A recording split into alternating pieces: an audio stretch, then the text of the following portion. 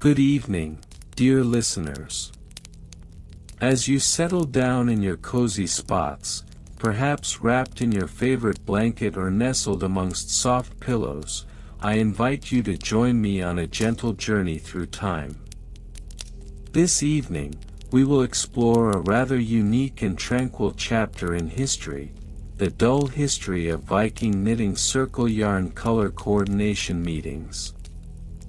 Now, you might be wondering how such a topic could be soothing, but I assure you, the essence of this story lies not in grand battles or epic voyages, but in the simple, nurturing moments shared among friends as they gather to create something beautiful and warm. Imagine the soft clinks of wooden needles, the quiet murmurs of camaraderie, and the serene atmosphere enveloping a group of Vikings, not as fearsome warriors, but as artisans, weaving their tales through yarn. As we delve into this calming narrative, we will uncover how these gatherings served as a sanctuary, a peaceful respite where the stresses of daily life were gently woven away with every stitch. Picture the soft glow of candlelight illuminating the faces of these skilled craftspeople, their hands deftly working, their hearts filled with laughter and stories. There is a tranquility in this imagery that invites us to relax and unwind. We will also take a moment to appreciate the intricate patterns they created, exploring the meanings behind the colors they chose. You will learn about the serene palette of nature that inspired them, the soft greens of the fields, the tranquil blues of the rivers, and the warm browns of the earth beneath their feet. Each color tells a story, and together they weave a tapestry of shared experiences and lasting bonds, a beautiful reminder of the power of community and creativity. Along the way, imagine the scent of wool, rich and earthy, filling the air as friends gather around a fire, their laughter mingling with the crackle of the flames. We will feel the warmth of their connections, the joy of sharing knowledge, and the calming rhythm of crafting together, a soothing balm for the soul. As we move forward, I encourage you to breathe deeply and let the stresses of the day melt away. Allow your mind to drift as we explore this serene landscape of Viking knitting circles. Each gentle word is a soft embrace, leading you further into relaxation and comfort. In a world often filled with haste and noise, tonight we will immerse ourselves in the quietude of history, celebrating the ordinary joys that connect us all. So, let the outside world fade into a gentle haze, as we embark on this tranquil voyage together.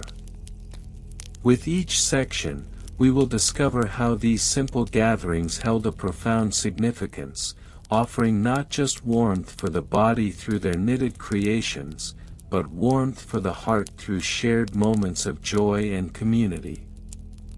So, dear listeners, as you prepare to drift off into a world of dreams, let us begin our exploration of the dull history of Viking knitting circle yarn color coordination meetings. Close your eyes, take a deep breath, and allow the soothing rhythm of this story to carry you away into a gentle slumber, where the echoes of laughter and the soft touch of wool await you. Let us begin. The history of Viking knitting circle yarn color coordination meetings is a notably unexciting chapter in the annals of Norse culture, yet it provides a window into the domestic and communal practices of Viking society. The earliest records of such gatherings date back to approximately 850 AD in the region now known as Norway, particularly in the village of Koppang, which was one of the earliest known trading posts in the Viking Age. The architectural style of Koppang during this period was characterized by longhouses constructed from timber, with thatched roofs and dirt floors. These longhouses served multiple purposes, functioning as dwellings, workshops, and social spaces. It is within these structures that the initial gatherings of knitting circles likely took place. Historical records indicate that the longhouses were typically about 20 to 30 meters in length and featured a central fire pit, which provided light and warmth. The interior was often divided into various sections for sleeping, cooking, and communal activities, with woven textiles adorning the walls, which may have included the products of knitting circles. The earliest known reference to a knitting circle in Viking society can be traced to a series of runestones found in the area surrounding Koppang, dating to 865 AD. One such stone, known as the Knitting Stone of Koppang, contains inscriptions that discuss the gathering of women for the purpose of color coordination in yarn selection. The inscription mentions a prominent figure, a woman named Astrid, who is identified as a leader among the knitters. Astrid is believed to have played a crucial role in organizing the early knitting circles, which served as both a practical endeavor and a social gathering. The administrative procedures of these knitting circles were rudimentary yet systematic. Meetings were typically held bi-weekly, aligned with the lunar calendar to ensure that participants could gather during periods of adequate daylight. Each meeting began with a formal roll call, wherein the women present would announce their names and the types of yarn they had brought to the gathering.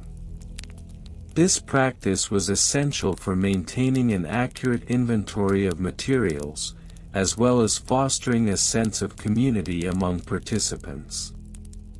Daily routines within these knitting circles were characterized by a monotonous yet methodical approach to color coordination. The women would bring their yarn, which was often dyed using natural materials such as plant extracts and minerals. Each participant would display her yarn, and a communal discussion would ensue regarding the aesthetic qualities of various colors. It was customary to evaluate the colors based on their harmony and contrast, with participants often employing rudimentary color theory principles, although such theories were not formally documented until much later. In 875 AD, a detailed account of a color coordination meeting was recorded in the annals of the Norse sagas. The saga describes a meeting held in a longhouse in the village of Tonsberg, where the women debated the merits of indigo versus madder dyes for a communal knitting project. The minutes of this meeting, which have been preserved in a manuscript known as the Tonsberg Codex, reveal the extent of the deliberations surrounding color choices.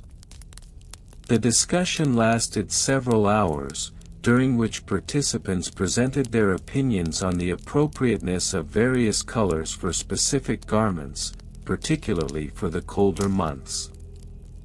By the year 900 AD, knitting circles had become a more established part of Viking culture, particularly among women in coastal villages who relied on knitting not only for personal use but also for trade. The architectural developments in these communities included the construction of specialized communal spaces dedicated to such gatherings.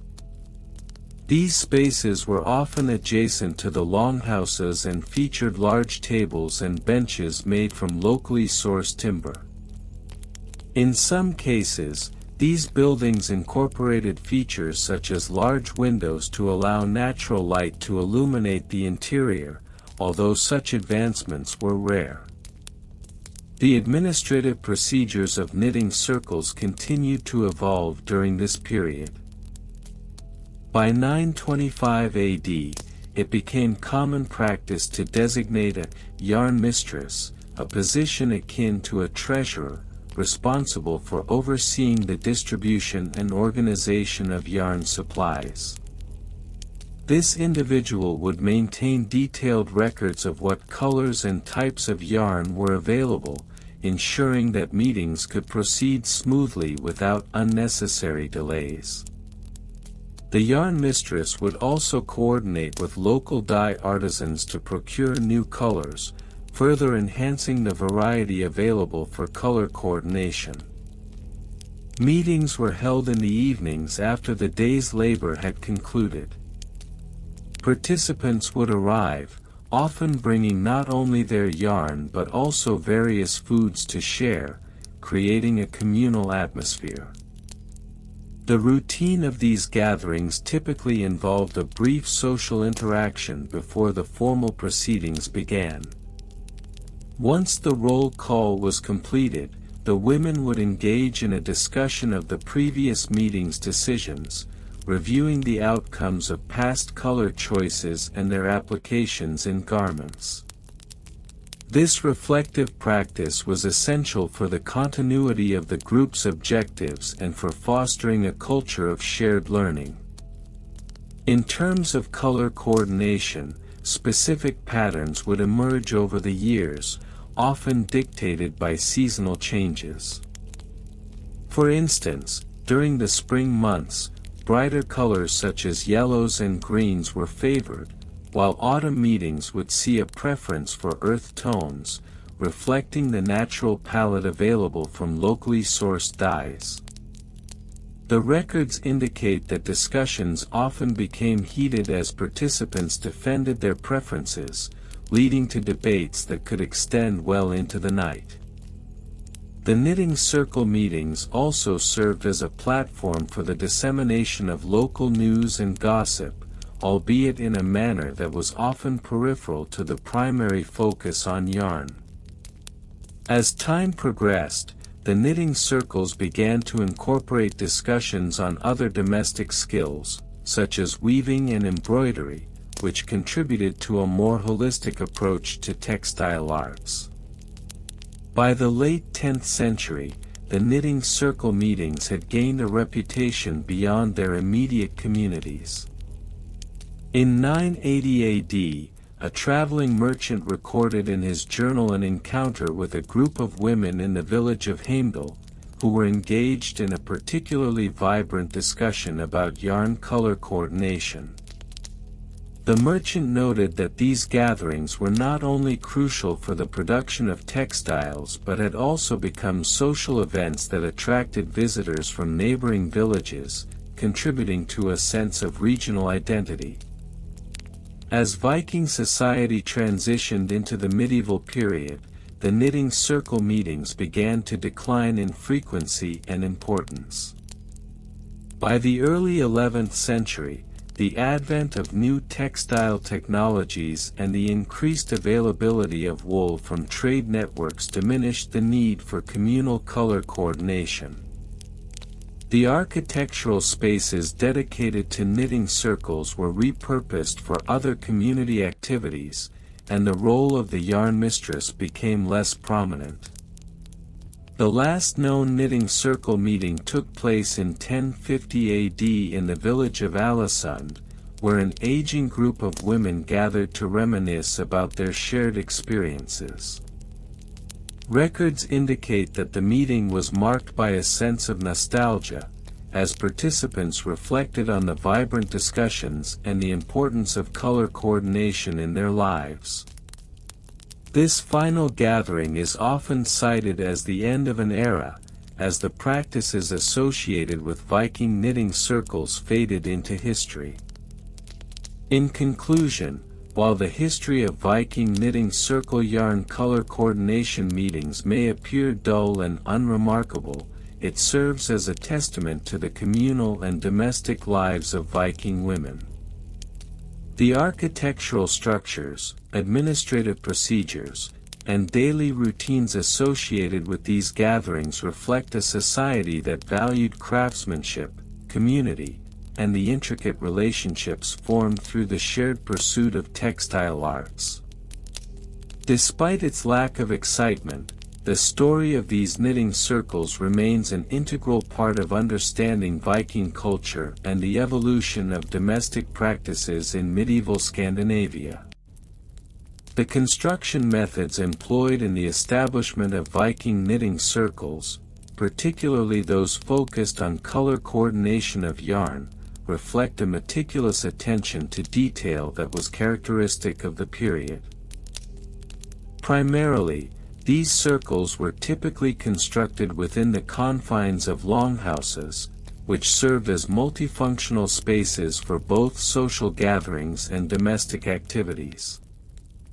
The longhouses were generally built from timber, with a typical length ranging from 20 to 30 meters and a width of approximately 6 to 8 meters, depending on the number of inhabitants and their social standing. The framework consisted of a series of upright posts, often made from oak or pine, which supported a thatched roof, frequently constructed from reeds or straw. The interior of these longhouses was divided into various sections, including sleeping areas, cooking spaces, and areas designated for textile work, such as knitting. The knitting circles would often convene in the central area of the structure, where natural light could filter in through openings in the walls, which were sometimes covered with animal hides or linen, depending on availability and the season. The flooring was typically made of tamped earth, but in more affluent households, wooden planks might be used. In terms of materials, the primary resource for knitting came from sheep's wool, which was abundant in Scandinavia. The wool was sheared from the sheep during the late spring months, specifically between May and June, when the fleece was at its thickest and most ready for processing. Following shearing, the wool underwent a cleaning process known as scouring, which typically involved washing the fleece in a mixture of water and a type of natural detergent derived from the ashes of burnt plants, a method documented as early as 950 CE. After cleaning, the wool would be carded, which involved using handheld tools called cards, generally made of wood with coarse wire bristles, to disentangle and align the fibers for spinning. The spinning process itself utilized a spindle, a simple tool crafted from wood, measuring approximately 30 to 50 centimeters in length, with a weighted component at one end, which facilitated the twisting of fibers into yarn. The spinning took place in the evenings or during times of leisure, with an individual typically able to produce about 50 to 100 grams of yarn in a day, depending on the individual's skill level. Maintenance procedures for the knitting circles were equally systematic. Meetings were generally held bi-weekly, a practice that was established by the Council of Knitting Leaders in 874 CE.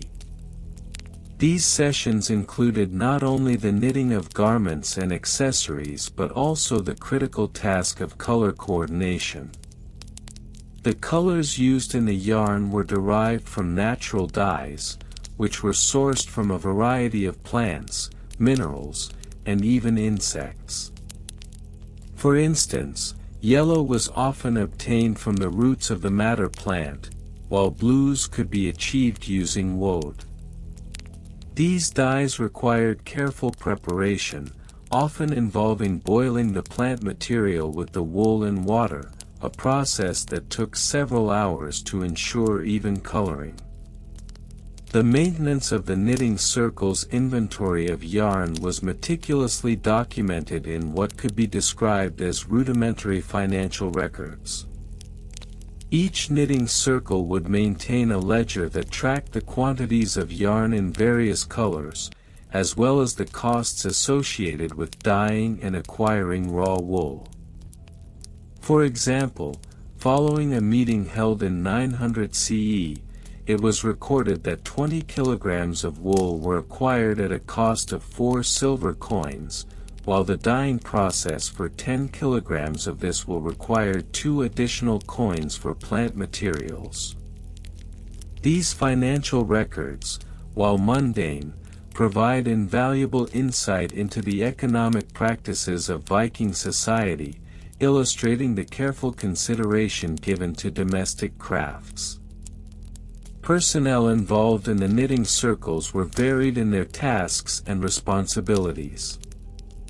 The leader of the knitting circle, often referred to as the FYRD, was responsible for organizing meetings, overseeing the inventory of yarn, and ensuring that all members adhered to the established procedures regarding color coordination.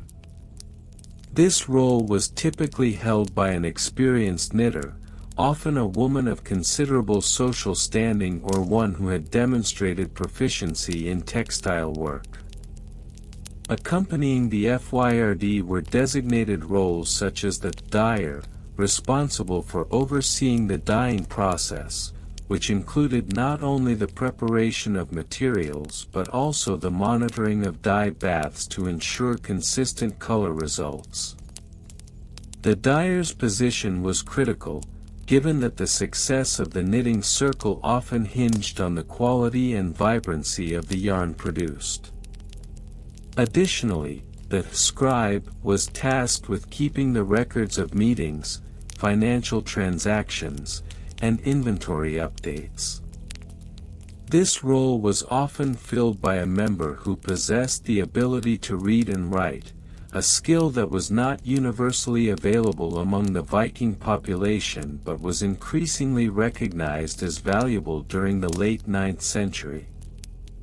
The scribe documented the attendance of members, any discussions regarding color trends, and the allocation of yarn supplies for upcoming projects. Each member of the knitting circle contributed to the overall technical specifications of the projects undertaken. Historically, garments produced by these circles adhered to certain dimensions that corresponded to societal norms. For instance, a standard tunic, typically knitted for both men and women, measured approximately 1.5 meters in length and 1 meter in width, allowing for sufficient movement while also conforming to the aesthetic preferences of the time. The technique of knitting itself was often characterized by the use of a simple stitch known as the garter stitch, created by knitting every row. This method, while not particularly intricate, allowed for the production of warm, durable garments suited for the harsh Scandinavian climate. Patterns, if employed, were typically limited to stripes or color blocks, reflecting the available colors of yarn and the preferences expressed during the color coordination meetings.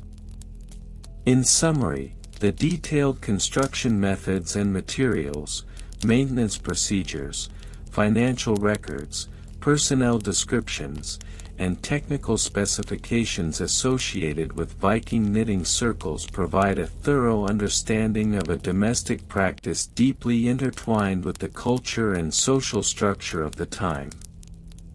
Although the accounts of these activities may appear monotonous, they reveal the intricate web of domestic life and the importance of textile arts within Viking society. The knitting circle, with its organized approach to color coordination and production, stands as a testament to the resourceful and communal nature of the Viking people. The construction methods and materials utilized within the Viking knitting circles were characterized by a systematic approach reflective of the Viking ethos of practicality and efficiency. The primary materials employed in the knitting processes included wool, linen, and occasionally, animal hides. The wool was predominantly sourced from the hardy northern European sheep breeds, which were known for their resilient fleece, suitable for the cold climates of the Scandinavian regions. The gathering and processing of this wool took place during the shearing season, which typically occurred in late spring, around the months of May and June. The initial step in the construction process involved washing the wool to remove natural oils and dirt, a procedure that was often carried out using water from local rivers or lakes. This was followed by carding, a technique that involved using handheld carders made of wood and nails to separate and fluff the wool fibers.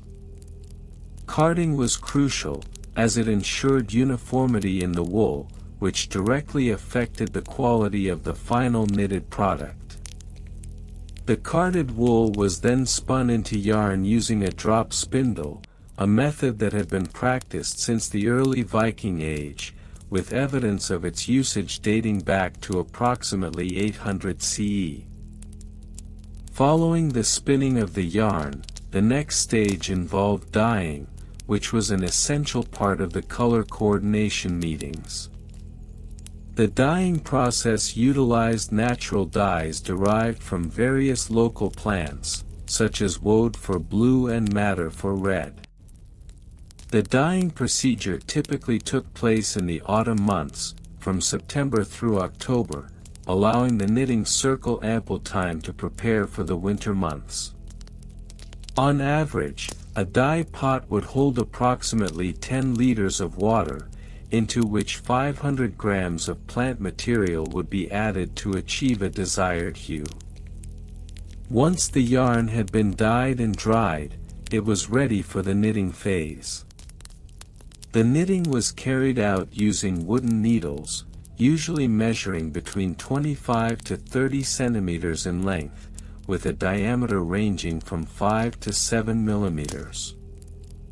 These needles were crafted from local hardwoods, such as birch or ash, known for their strength and durability. The knitting patterns employed were often simple, focusing on practicality and warmth, with common items including hats, mittens, and scarves. Maintenance of the knitted items was equally methodical.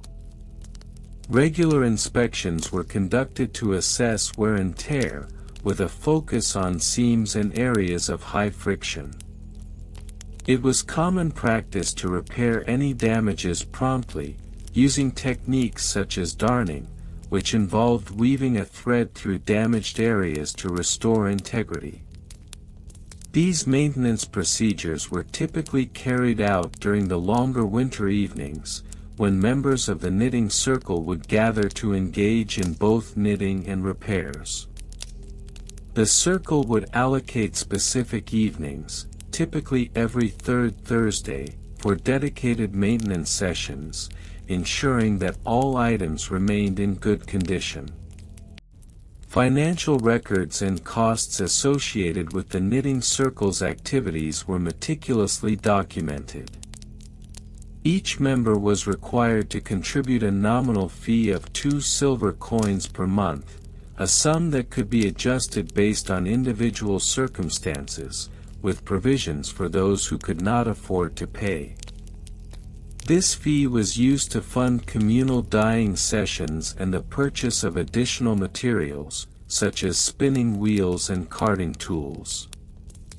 The financial records, maintained in a ledger by the designated treasurer, included detailed accounts of expenses, which were categorized into materials, tools, and miscellaneous costs. For instance, in the year 950 CE, the knitting circle recorded expenditures of 15 silver coins for natural dyes, 10 silver coins for new needles, and an additional 5 silver coins for the maintenance of communal tools. These records were kept in a simple format, with the date, item description, cost, and the name of the person responsible for the expense clearly noted. The thoroughness of these records ensured that the knitting circle operated transparently and that all members were aware of the financial status at all times. The personnel involved in the knitting circle were organized into specific roles, each with defined job descriptions. The roles typically included a coordinator, who was responsible for overseeing meetings and ensuring that the agenda was followed. This individual also facilitated discussions on color coordination and pattern selection, which were critical for maintaining the artistic integrity of the knitted items. The coordinator would hold a position of respect within the community, often having served in this capacity for several years. Additionally, there were designated dyers, whose responsibility it was to manage the dyeing process. These individuals were expected to be knowledgeable about various plants and their dyeing properties, taking into account factors such as water temperature and dye concentration. The dyers would often conduct experiments to achieve new colors, meticulously documenting their findings for future reference. Other essential roles included spinners and knitters, with spinners primarily focused on transforming raw wool into yarn, while knitters were tasked with the actual creation of garments. Each member was encouraged to rotate roles periodically, fostering a sense of community and shared responsibility. The knitting circle's personnel structure reflected an egalitarian approach, where all members had the opportunity to contribute to the collective output. Technical specifications for the knitting circle's operations were detailed and stringent. Yarn was typically produced in lengths of 100 meters, ensuring that sufficient material was available for most standard garments. Each yarn batch was tested for strength and elasticity, with a standard breaking test conducted by pulling a 1 meter length of yarn until failure, which should ideally occur at a force of no less than 5 kilograms. In addition to yarn specifications, color coordination meetings adhered to a strict set of guidelines for color combinations.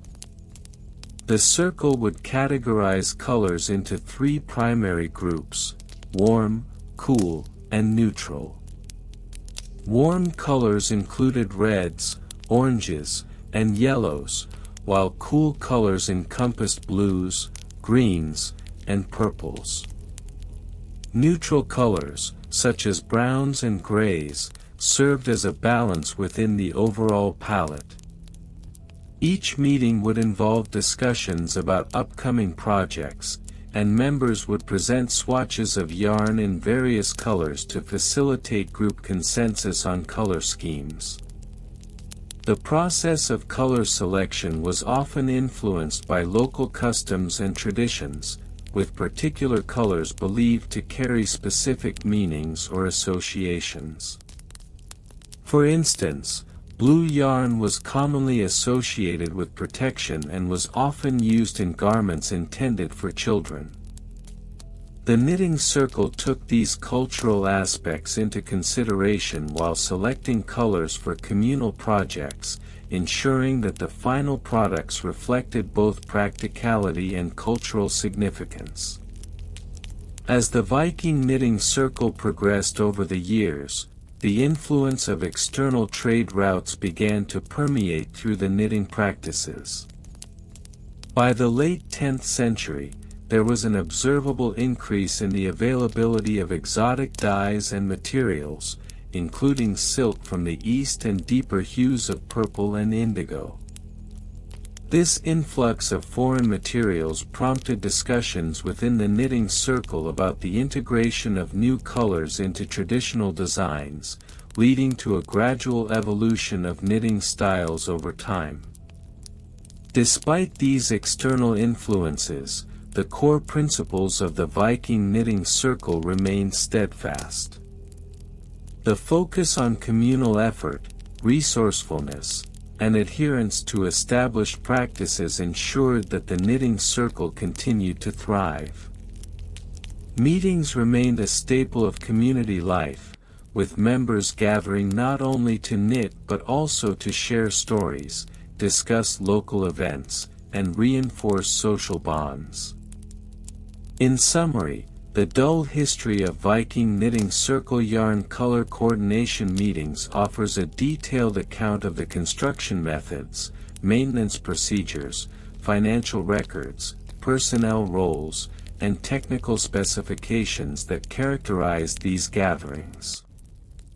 Each aspect, from the careful selection of materials to the precise documentation of financial transactions, underscores the methodical nature of Viking society and its commitment to communal craftsmanship. As such, the knitting circle stands as an enduring symbol of Viking resourcefulness, creativity, and communal spirit. The construction methods employed by the Viking knitting circles were characterized by a systematic approach to yarn selection and color coordination, which can be traced back to the early medieval period. The materials used were primarily derived from local resources, with sheep's wool being predominant due to its accessibility and versatility. Specific breeds of sheep, such as the Gotland and the Icelandic, were favored for their fibrous qualities, which allowed for durable and warm garments that could withstand the harsh Scandinavian climate. The process of transforming raw wool into yarn began with shearing, typically conducted in late spring, around May, when the fleece was at its most buoyant and plentiful. The average fleece weighed approximately 3 to 4 kilograms. Following shearing, the wool underwent a series of cleaning and preparation steps, including washing with local river water, carding to detangle the fibers, and spinning into yarn. The spinning was accomplished using a spindle and distaff, tools that allowed for the creation of yarn with an average thickness of 1.5 to 2 millimeters, suitable for various knitting projects. Maintenance procedures for the knitting circle's materials were meticulously documented. Once the yarn was spun, it was wound into skeins, each measuring approximately 2 meters in length and weighing around 100 grams. These skeins were often labeled with color codes for easy identification during meetings. In order to ensure the longevity of the yarn, members of the knitting circle adhered to strict storage guidelines. The yarn was kept in dry, cool conditions, away from direct sunlight and moisture, to prevent deterioration. Regular inspections were conducted bi-monthly to assess the condition of the yarn, with any signs of moth damage or color fading meticulously noted in the maintenance logs.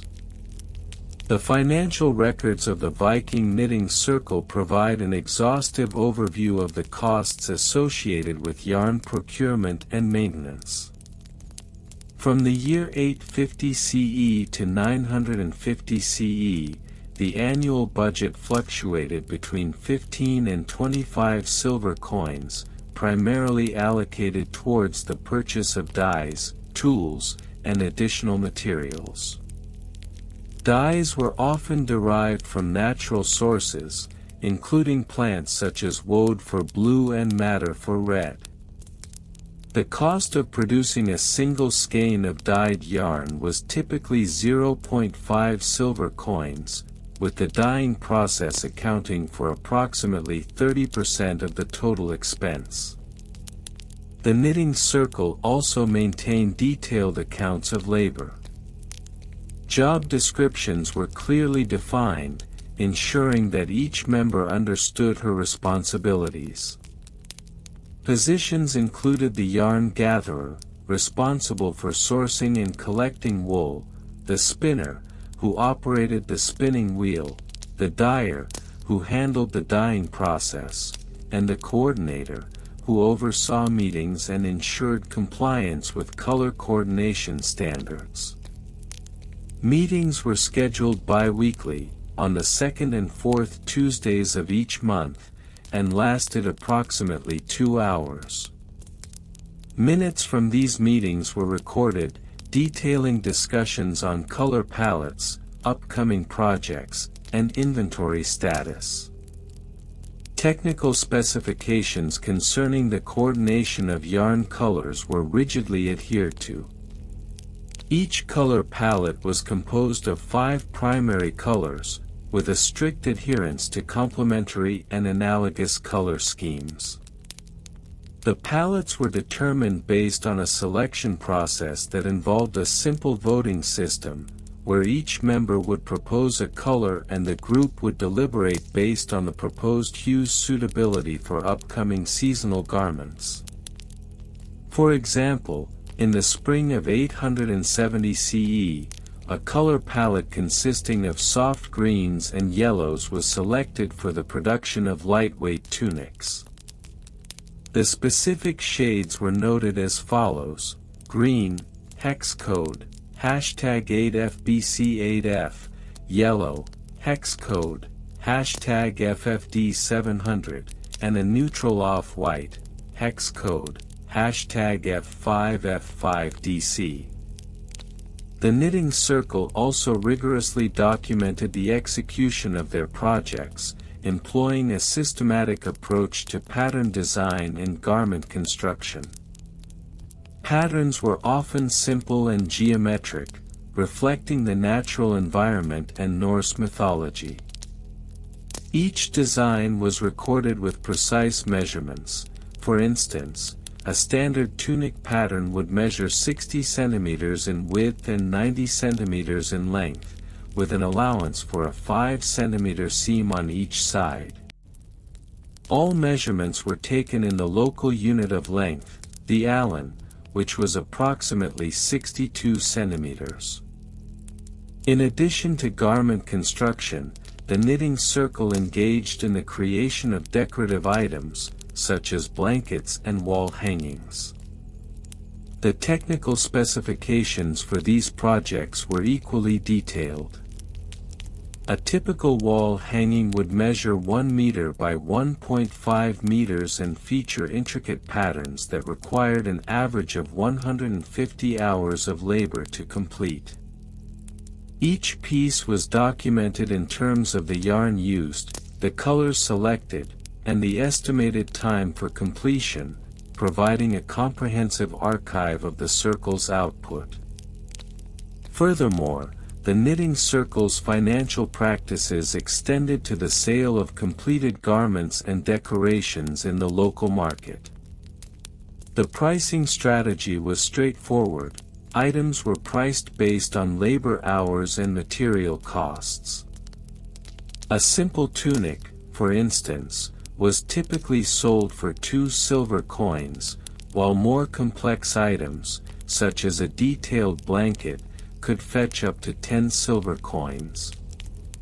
The income generated was reinvested into the circle to cover costs of materials and tools, with annual reports summarizing the financial status presented at the end of each year. As with any organized group, the Viking Knitting Circle faced challenges in maintaining cohesion and productivity.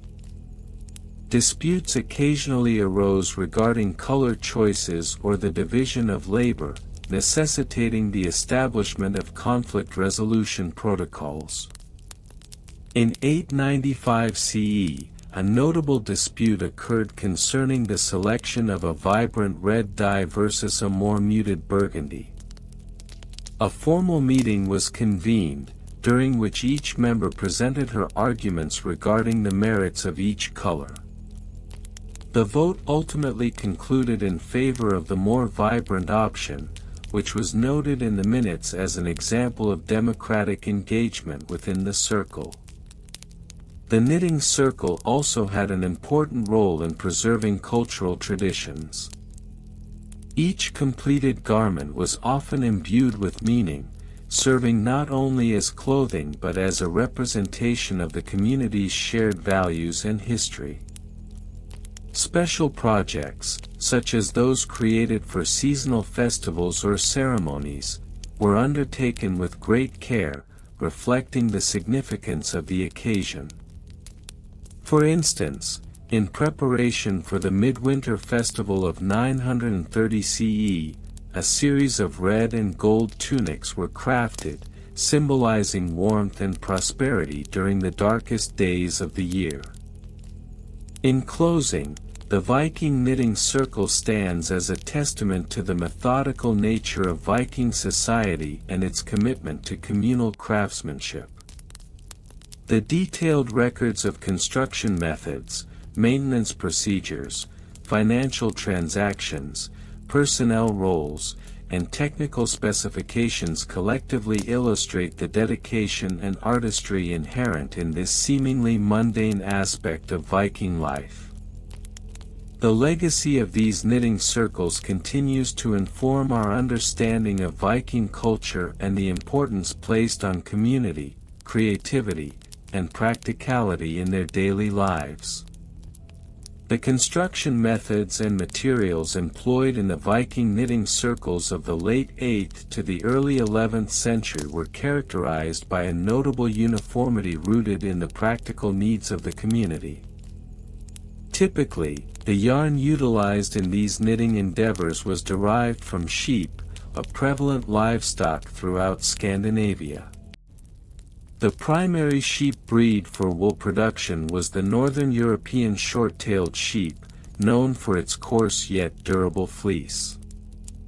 This wool was often processed using rudimentary methods such as carding, which involved using handheld carders made from wood and iron nails, to separate and align the fibers before spinning. The spinning process was conducted using a spindle, often made of wood with a weight affixed, usually of clay or stone, and typically measuring between 20 to 30 centimeters in length. The yarn produced would range from 1 to 3 millimeters in diameter, depending on the intended use. Thicker yarns were often reserved for outer garments, while finer yarns were utilized for more delicate knitting projects. The completed yarn was dyed using natural pigments derived from locally sourced plants, minerals, and animal products.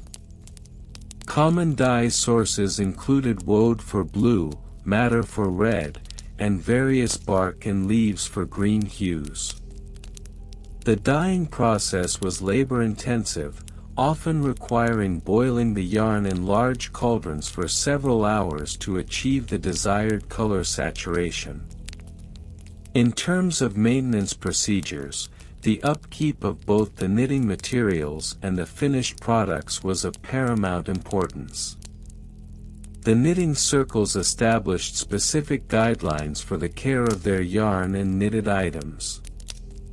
It was recommended that finished garments be washed only with cool water and a mild soap made from lye and animal fat to preserve color and texture, as hot water was known to cause shrinkage. Items were to be laid flat to dry, avoiding direct sunlight, which could fade colors. Regular inspections of knitted items were encouraged during circle meetings, where members would assess the wear and tear of their garments and discuss necessary repairs.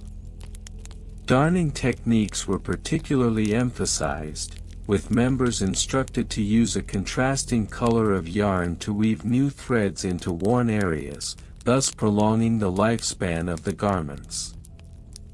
Financial records maintained by the knitting circles provide a sobering insight into the economic aspects of these gatherings.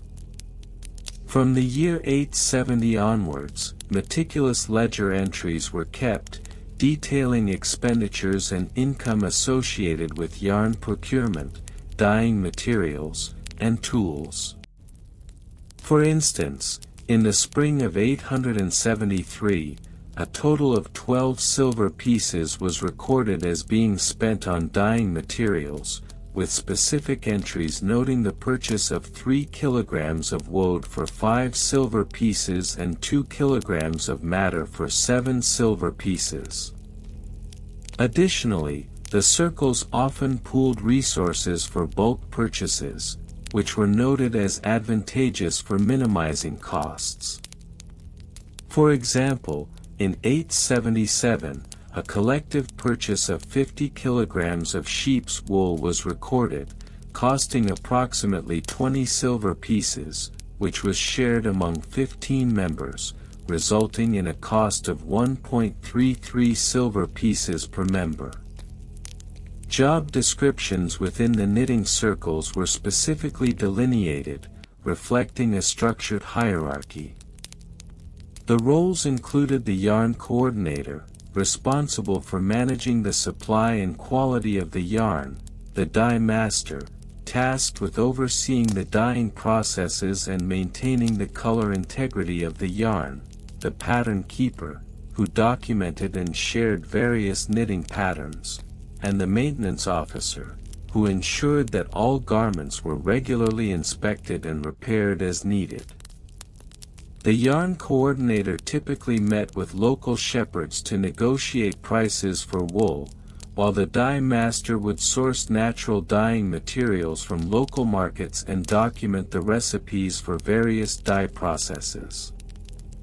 The pattern keeper maintained a ledger of all patterns used, often written in runes, and would teach these patterns to new members. The maintenance officer's role included organizing repair sessions, where members could gather to mend and maintain their garments collectively. Technical specifications for the knitting circles were also a matter of record. Knitting needles were typically made from wood or bone, with lengths varying from 15 to 25 centimeters.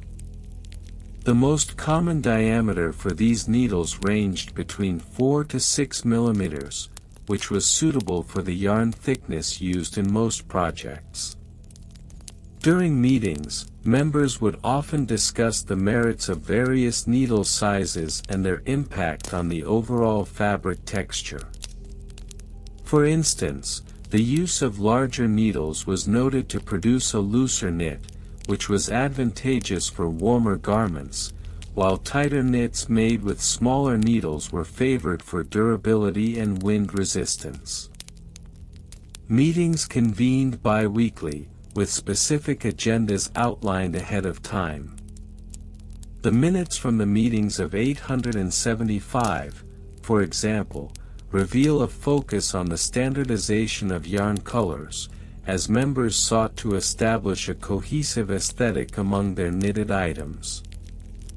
The meeting on the 14th of February 875 saw a heated debate regarding the appropriate shade of blue, with several members advocating for a lighter hue derived from woad, while others preferred a deeper navy shade achieved through a combination of woad and iron-rich water. Ultimately, it was decided to create a color chart that would be distributed among members, enabling them to match their dyeing results more closely. The minutes also recorded attendance, with an average of 18 members per meeting, indicating a stable and engaged group.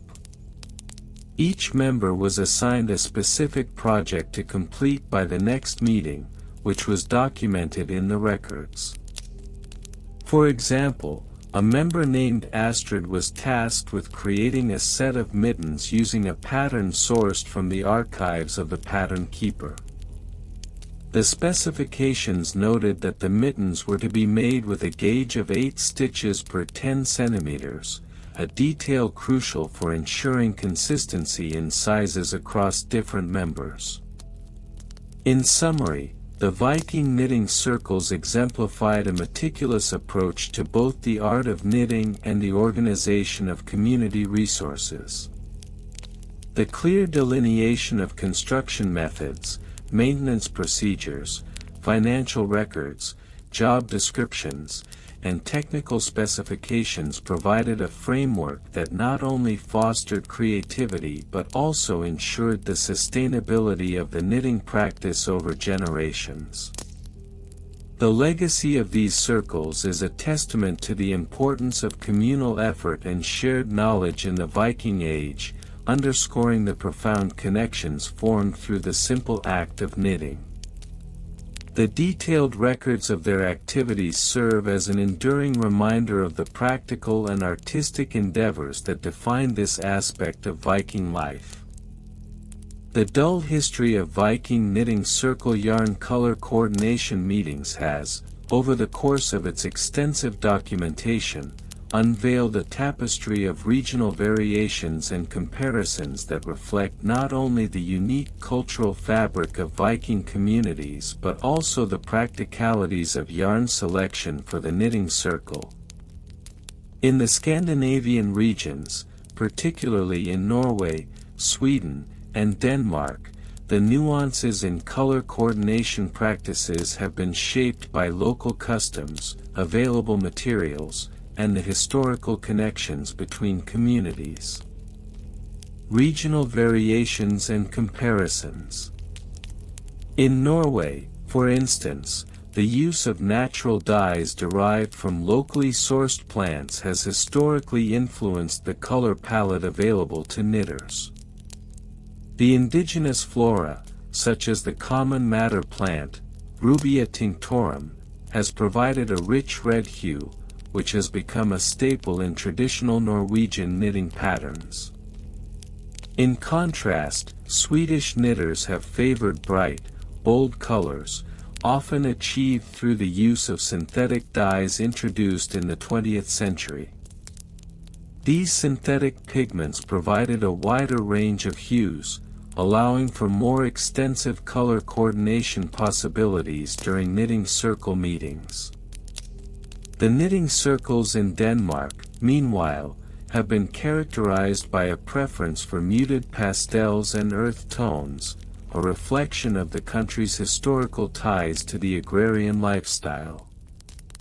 The use of sheep wool from Danish breeds, such as the Danish Landrace, has contributed to the softer, more subdued color palette that contrasts sharply with the vibrant tones preferred by their Swedish counterparts. This regional variation is often a point of contention during color coordination meetings, as members from different backgrounds advocate for their preferred palettes while attempting to reach a consensus on the overall aesthetic direction of their collective projects. Evolution over different time periods. The evolution of color coordination practices in Viking knitting circles has also been closely linked to broader historical changes. During the Viking Age, approximately 793–1066 AD, color choices were primarily dictated by the availability of natural dyes, with a strong emphasis on functionality. Items were often crafted with utilitarian intent, and vibrant colors were not as highly sought after as they are today. The advent of the medieval period saw a rise in the popularity of more intricate designs, which in turn encouraged a more diverse color palette. The Industrial Revolution brought about significant changes in dye production, leading to the introduction of synthetic dyes in the 19th century. This shift not only expanded the available color spectrum but also altered the dynamics of knitting circles. As synthetic dyes became more accessible, the focus of color coordination meetings began to shift from the practicality of color choices to the aesthetics of personal expression. Thus, the discussions surrounding color coordination evolved from mere practicality to include considerations of fashion, trend, and personal taste. Bureaucratic regulations and laws. The bureaucratic landscape surrounding Viking knitting circles has also played a pivotal role in shaping their color coordination meetings. During the establishment of the Scandinavian knitting guilds in the late 18th century, regulations were put into place to standardize the quality of yarn and the acceptable color combinations. These laws, often drafted in collaborative meetings involving guild representatives, sought to ensure that the knitting produced by members met certain aesthetic and quality standards. One particularly notable regulation was the Color Harmony Act of 1802, which mandated that all knitting circle projects must adhere to a predefined color wheel. This act sought to eliminate clashing colors within collective projects, thereby promoting visual cohesion. Despite its well-intentioned goals, the act often led to heated debates during knitting meetings, with members arguing over the interpretation of color harmony and the subjective nature of color perception. This bureaucratic oversight, while tedious, has undeniably shaped the way colors are coordinated and discussed within the knitting circles. Supply chain and logistics. The logistics of yarn supply chains and the sourcing of materials have also had a significant impact on the color coordination practices within Viking knitting circles. The procurement of yarn has historically involved a complex network of local farmers, dyers, and textile producers. In the early days, members of knitting circles would often rely on bartering systems to acquire the necessary materials for their projects. This method of procurement, while fostering a sense of community, also necessitated meticulous planning to ensure that the right colors and types of yarn were available for upcoming meetings. In modern times, the introduction of online marketplaces has revolutionized yarn logistics. Members can now easily access an array of yarns from around the world, including exotic fibers and a plethora of colors. However, this accessibility has also introduced challenges, such as the issue of color consistency across different dye lots. As online purchases can lead to discrepancies in hue, knitting circles have had to develop new strategies for color coordination meetings, often including swatch exchanges to ensure uniformity in their projects. Record-keeping methods. The methods of record-keeping within Viking knitting circles have evolved alongside the aforementioned factors, transitioning from rudimentary systems to more sophisticated documentation practices. In the early days, meetings would often be recorded in rudimentary ledgers, where members would jot down notes about color choices, project progress, and any disputes that arose.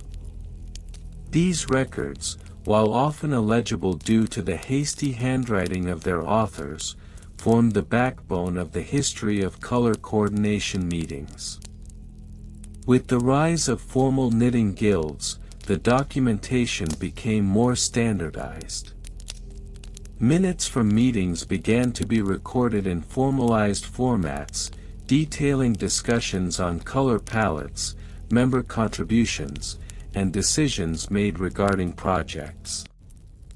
The introduction of digital technology in the late 20th century further transformed record-keeping practices.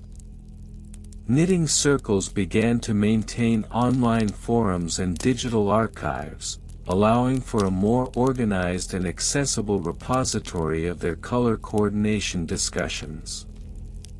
Moreover, the advent of social media has added another layer to record-keeping, with many knitting circles now documenting their meetings and color choices through platforms like Instagram and Facebook. This shift not only preserves the history of color coordination meetings but also invites external feedback and participation from a broader audience, thus enriching the communal experience while simultaneously complicating the traditional record-keeping methods. In conclusion, the history of the dull history of Viking knitting circle yarn color coordination meetings is a rich tapestry woven from the threads of regional variations, historical evolution, bureaucratic regulations, supply chain logistics, and meticulous record-keeping practices. Each aspect, while seemingly mundane, contributes to a greater understanding of the social fabric that binds these knitting circles together. The collective efforts to coordinate colors, navigate bureaucratic challenges, and document their history reflect not only the personal tastes of individual members but also the enduring legacy of communal creativity and cooperation that has characterized Viking knitting circles through the ages. ### The dull history of Viking knitting circle yarn color coordination meetings. ### Part 7, Regional Variations and Comparisons. The practice of yarn color coordination within Viking knitting circles has exhibited notable regional variations across the diverse geographical landscape of the Viking Age. Each locality has employed distinct color palettes and methods of coordination, influenced by local resources, cultural practices, and the social dynamics of the knitting circles themselves. In the coastal regions of Norway, for instance, the availability of vibrant marine dyes derived from local flora and fauna led to a predilection for deep blues and greens, reminiscent of the surrounding fjords. Knitters in these areas often coordinated their yarn selection with the changing hues of the sea, documenting shifts in color trends according to seasonal fishing patterns. The meticulous recording of these trends was often inscribed in runes on birch bark, which remains an invaluable resource for historians examining the cultural significance of color in Viking knitting practices. Conversely, the lush landscapes of Sweden fostered the cultivation of various plants used in dyeing wool. The prevalence of madder root produced vivid reds, while woad yielded striking indigos. Swedish knitting circles often engaged in rigorous discussions regarding the ethical sourcing of these natural dyes, leading to the establishment of informal regulations that dictated which plants could be harvested and when, to ensure sustainability. These discussions were often prolonged, reflecting the values and priorities of the community, and served as a precursor to modern environmental considerations in textile practices. In contrast, the knitting circles of Greenland displayed a starkly utilitarian approach to yarn color coordination. Given the harsher climate and limited natural resources, these groups focused primarily on functionality rather than aesthetic appeal. The colors selected were often dictated by the need for visibility against the snow, leading to a predominance of bright yellows and oranges. Yarn color meetings in Greenland would often devolve into practical debates about the merits of varying hues for their visibility in the bleak winter landscape, with participants drawing parallels to the hunting practices of the region. ### Part 8, Evolution over different time periods. The evolution of Viking knitting circle yarn color coordination meetings can be traced through various historical periods, each marked by significant shifts in materials, techniques, and social contexts. The early Viking Age, approximately 793 to 850 CE, was characterized by a rudimentary understanding of dyeing techniques, with natural substances being the primary source of color. Meetings during this period were often informal gatherings, with participants exchanging knowledge about local dye plants and their properties. As we transition into the High Viking Age, approximately 850–1100 CE, the introduction of trade routes facilitated access to exotic dyes and materials, leading to an expansion in the color palette available to knitters. Meetings became more structured, with formal agendas focusing on the coordination of colors for specific communal projects, such as crafting ceremonial garments or gifts for chieftains. The minutes of these meetings, often recorded on scrap pieces of parchment, reveal an increasing emphasis on aesthetics and social status, with members vying to showcase the most vibrant and unique combinations.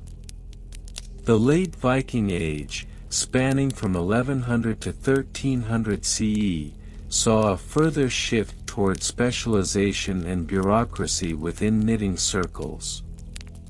The establishment of guilds introduced a formalized structure to meetings, complete with written bylaws that governed color coordination practices. Detailed records were maintained regarding the types of dyes used, the sources of wool, and even the preferred knitting techniques for achieving the desired color saturation. These records were often maintained in leather-bound ledgers, which, while invaluable from an archival perspective, contributed to the overall tedium of the process, as members were required to adhere to strict guidelines regarding documentation. Part 9. Bureaucratic Regulations and Laws. The bureaucratic regulations governing Viking knitting circle yarn color coordination meetings reflect the complexities of social hierarchies and the burgeoning textile economy of the Viking Age. Laws concerning the use of dyes and the sourcing of materials were often enacted at both local and regional levels, with a particular focus on the protection of native flora. For instance, in Norway, a series of edicts were issued to regulate the harvesting of specific dye plants, which were considered vital to the local economy and cultural identity. These laws mandated that only certain members of the community, typically those who held positions of authority within the knitting circle, were permitted to gather particular plants. This not only created a sense of exclusivity but also fostered intra-community competition regarding access to the most coveted materials. Moreover, the rise of the textile trade meant that knitting circles were often subject to broader trade regulations. Yarn color coordination meetings sometimes included discussions about compliance with trade laws, particularly in relation to the export of dyed wool. It was common for members to debate the merits of adhering to such regulations, weighing the economic benefits of international trade against the potential risks of legal repercussions.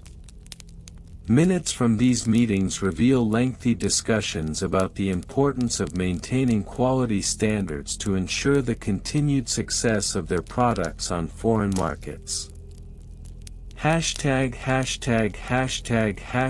Part 10. Supply Chain and Logistics. The supply chain logistics involved in Viking knitting circle yarn color coordination meetings were often labyrinthine in their complexity. The procurement of both raw materials and dyes necessitated an intricate web of trade routes and local partnerships, which were essential to ensure a consistent supply of high-quality wool and dye plants. Local sheep herders played a critical role in this supply chain, as the quality of wool directly influenced the final product. Knitting circles often held meetings specifically dedicated to discussing relationships with herders, deliberating on the merits of various sheep breeds and their respective wool qualities. These discussions were frequently punctuated by debates over the ethical implications of wool production, particularly regarding animal welfare and sustainable practices. Dye procurement was equally complex, with circles often relying on a network of foragers and traders to source the necessary materials. Meetings frequently included presentations by members who had traveled to distant lands to acquire exotic dyes, with detailed accounts of their experiences and the challenges faced along the way. The logistics of transporting these materials back to their communities could be a source of contention, with members debating the best methods for preserving the integrity of the dyes during transit. Furthermore, the advent of new dyeing techniques, such as mordanting, required knitting circles to adapt their supply chains accordingly. The incorporation of chemicals like alum and tannin into the dyeing process necessitated discussions about sourcing these materials, as well as the potential environmental impacts associated with their use.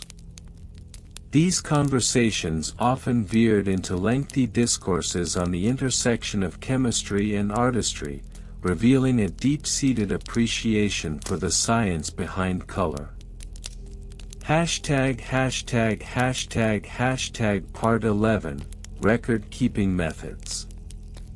The methods of record-keeping employed by Viking knitting circles during yarn color coordination meetings were as varied as the colors themselves.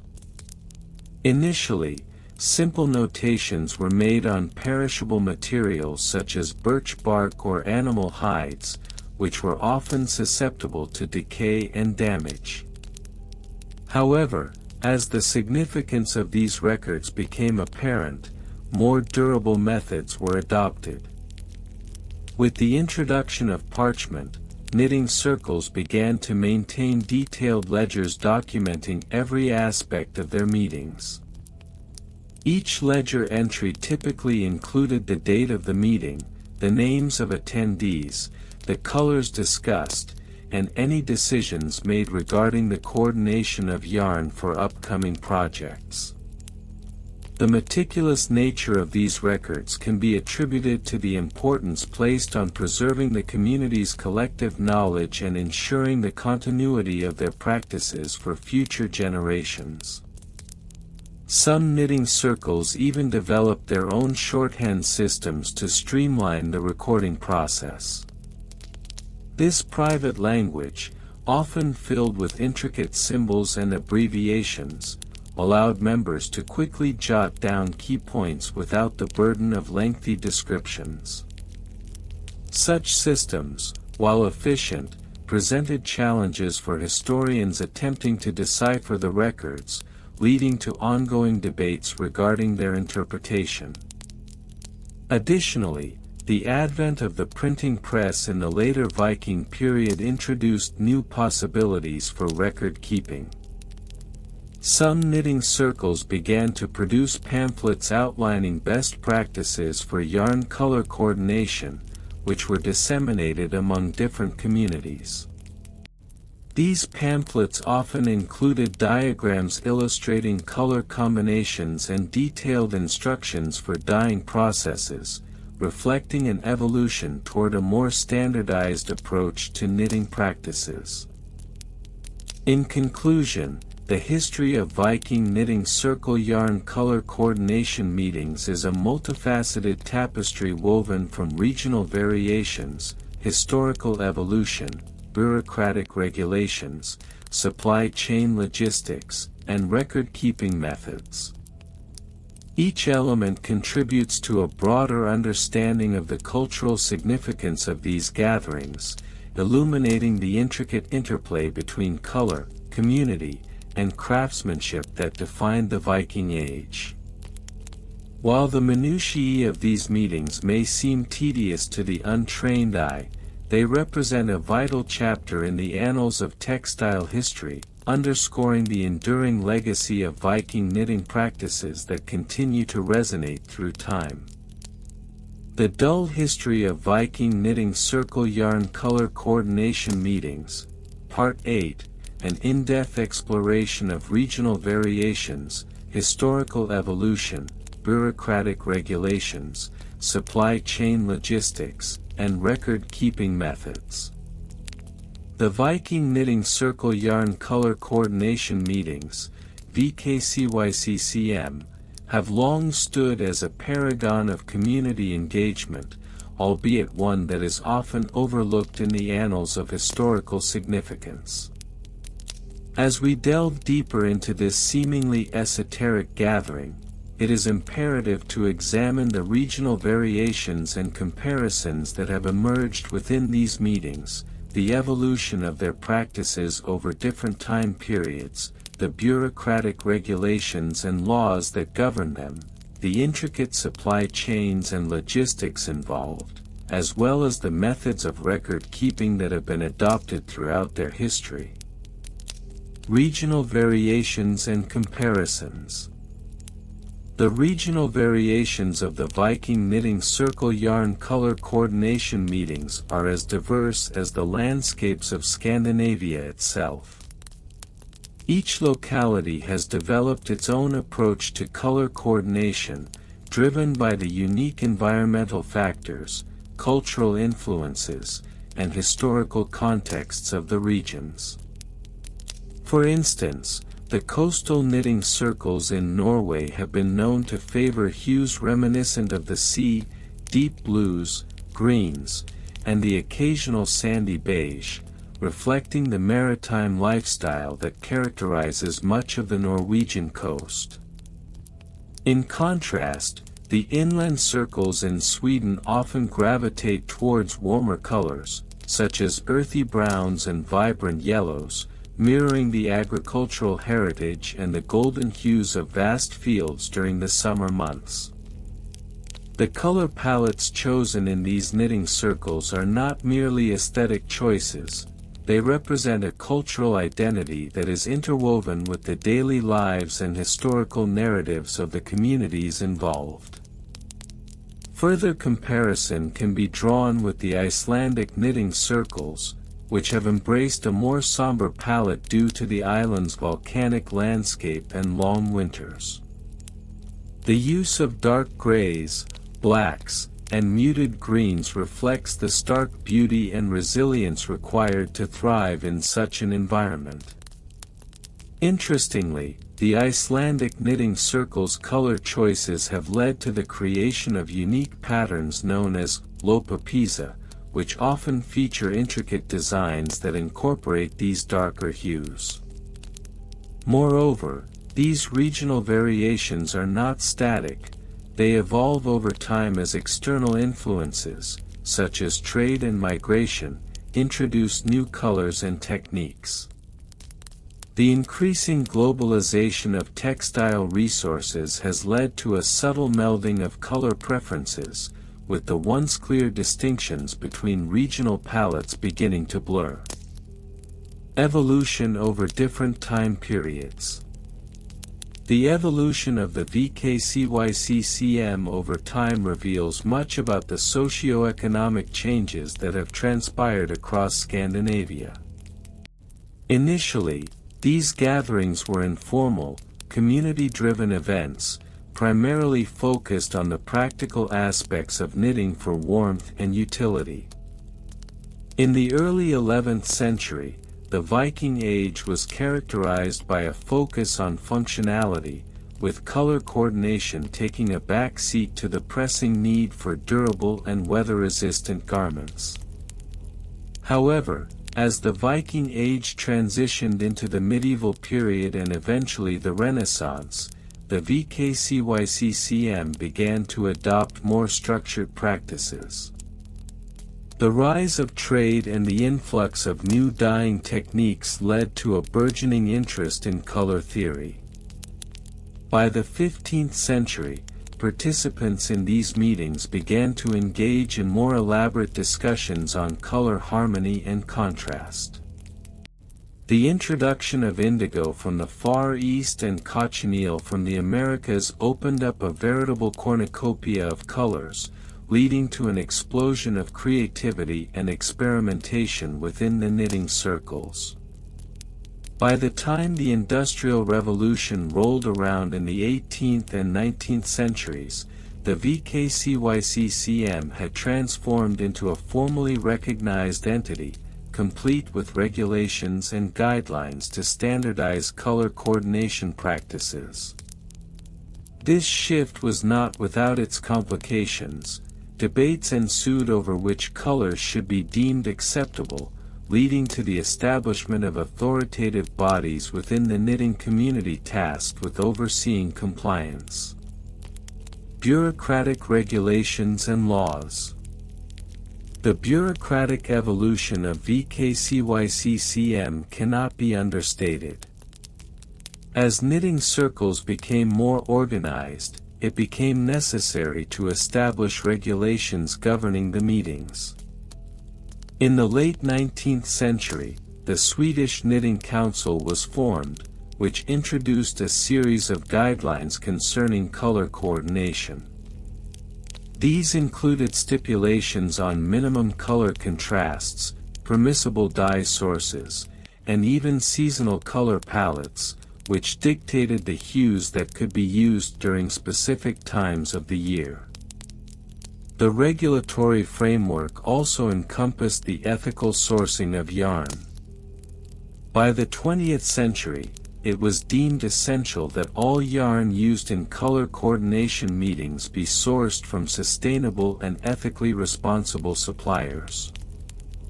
This was particularly significant in the wake of the environmental movements of the 1970s, which brought to light the ecological impact of synthetic dyes and unsustainable farming practices. In addition to these regulations, there were also laws governing the conduct of meetings. For instance, it became mandatory for all participants to submit a color palette proposal prior to the meeting, allowing for a more orderly discussion. The introduction of a voting system for color selection was also adopted, which, while democratic, often led to lengthy deliberations and the occasional heated debate among members. Supply chain and logistics. The logistics of coordinating yarn supplies for the VKCYCCM is a noteworthy aspect of its history, often overlooked yet vital to the functioning of the knitting circles. The sourcing of yarn has historically involved a complex supply chain that includes local sheep farmers, dyers, and yarn merchants. In the early days, yarn was spun and dyed locally, which allowed for a strong connection between the community and its resources. However, as demand for a wider variety of colors increased, knitting circles began to rely on a more expansive supply chain. By the mid-20th century, the advent of commercial dyeing processes and the establishment of international trade routes meant that yarn could be imported from distant lands. This diversification of supply sources contributed to a richer palette of colors but also introduced challenges related to quality control and consistency.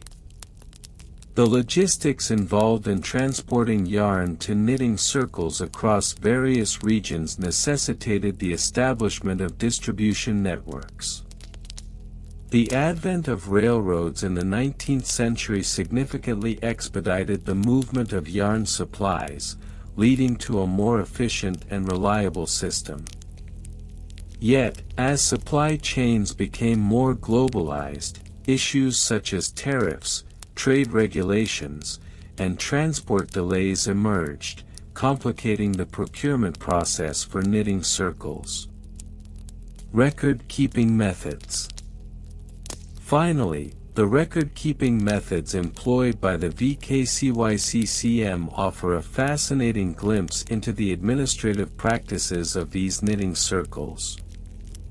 Early records were often maintained in the form of handwritten logs, which documented meeting minutes, color selections, and participant contributions.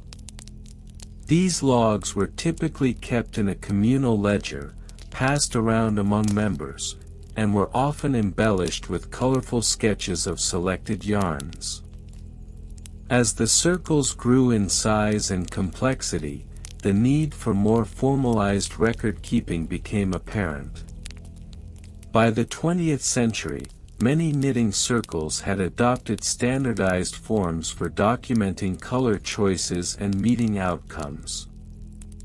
These forms often included sections for participant names, yarn specifications, and even anecdotal notes on the color selection process, reflecting the collective memory of the group. In more recent years, the advent of digital technologies has transformed the record-keeping landscape. Many circles now utilize spreadsheet software to track color palettes and coordinate logistics more efficiently. This shift towards digital documentation has improved accessibility but has also raised concerns regarding data security and the potential loss of the rich historical narratives that handwritten logs encapsulated. In conclusion, the VKCYCCM stands as a microcosm of broader societal changes and cultural practices throughout Scandinavian history. The regional variations, evolution over time, bureaucratic regulations, supply chain logistics, and record-keeping methods all intertwine to form a complex tapestry of community engagement and creativity. Though seemingly mundane, the history of these meetings reveals much about the shared values and collaborative spirit of the knitting circles, offering a unique window into the often overlooked aspects of everyday life in Viking and post-Viking societies. The dull history of Viking knitting circle yarn color coordination meetings, Part 9. Regional variations and comparisons. In the vast tapestry of Viking knitting circles, one cannot overlook the subtle regional variations that emerged over time.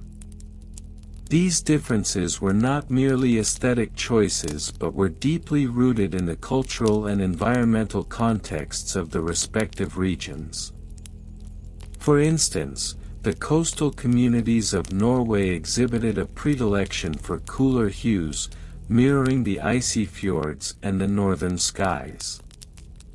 The prevalent colors included deep blues and muted grays, which were often contrasted with vibrant yellows and reds, reminiscent of the limited but striking flora that would bloom in short bursts during the warmer months.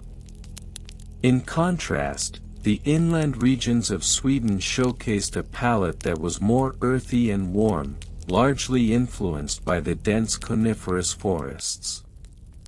Here, one might observe an abundance of rich greens and browns, often accompanied by the occasional splash of orange or ochre, reflecting the changing seasons and the harvest cycles. The knitting circles in these areas often engaged in lively debates regarding the appropriateness of color combinations, with many members invoking the lore of local flora, which they believed dictated the harmonious pairing of yarns. Furthermore, certain areas developed distinct patterns in their color coordination meetings.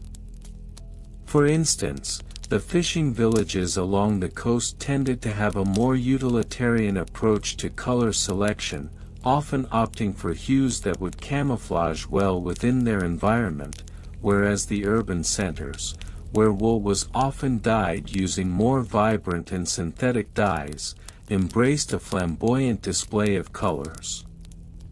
The debates surrounding these choices were often quite tedious, involving lengthy discussions on the merits of visibility versus camouflage, as well as the implications of such choices on community identity. Evolution over different time periods. The evolution of color coordination practices within the Viking knitting circles is a subject that warrants meticulous examination. Initially, during the early periods of Viking history, color choices were dictated largely by the availability of natural dyes derived from local plants, minerals, and even insects.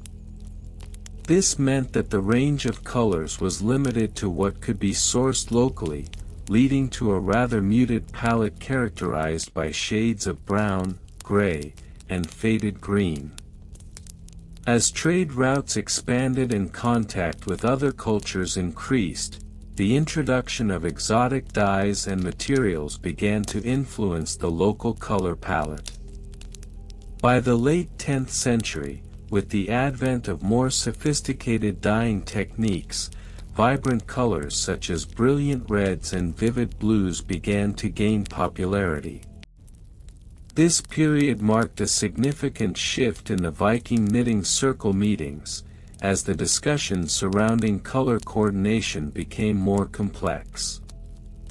Members began to engage in theoretical debates about color theory, drawing upon ancient texts and the emerging science of optics.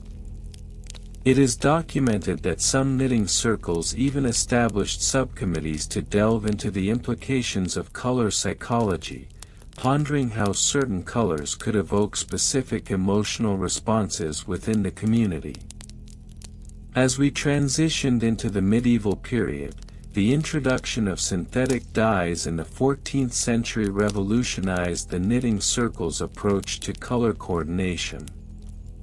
Meetings became increasingly bureaucratic, with strict guidelines being established regarding the acceptable use of synthetic versus natural dyes. The discourse surrounding this topic was extensive. Some members argued that synthetic dyes lacked the depth and character of natural dyes, while others championed the vibrancy and permanence of the new materials. Consequently, a schism formed within many knitting circles, leading to the establishment of factions that either embraced the new colors or clung to traditional practices. Bureaucratic regulations and laws.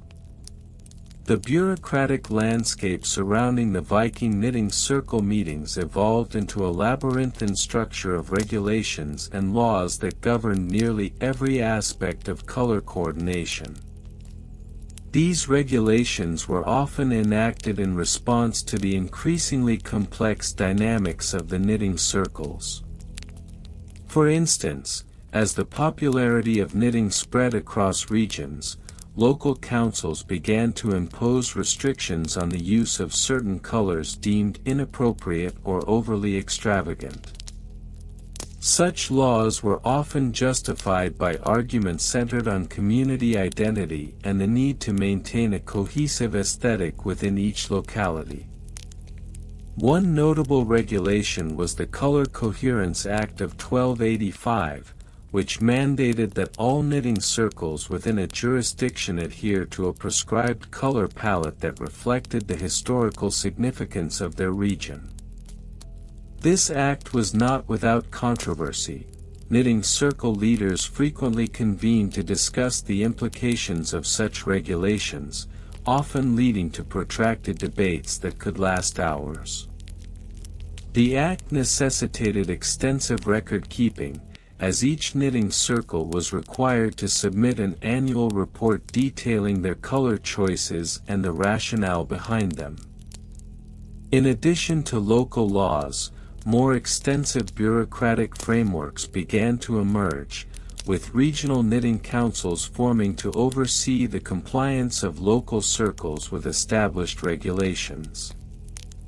These councils often employed a committee of color inspectors whose role was to ensure that color choices adhered to the prescribed guidelines.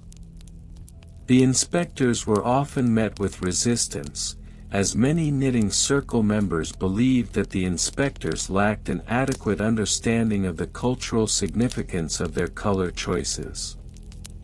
This led to a series of confrontations that were often as mundane as they were contentious, involving lengthy discussions that could devolve into personal disputes over the subjective nature of color.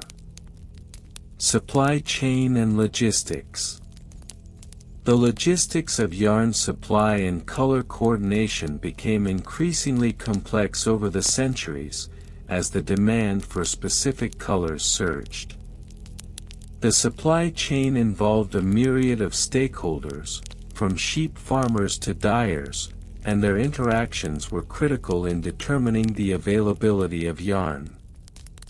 The knitting circles often had to navigate various challenges in sourcing their desired yarn colors, which led to the establishment of informal networks among circles to share resources. In the early years, most knitting circles relied on local sheep farmers for their wool, resulting in a limited and often inconsistent supply of yarn. However, as the knitting circles grew in popularity, many began to form cooperative agreements with farmers to secure more consistent supplies.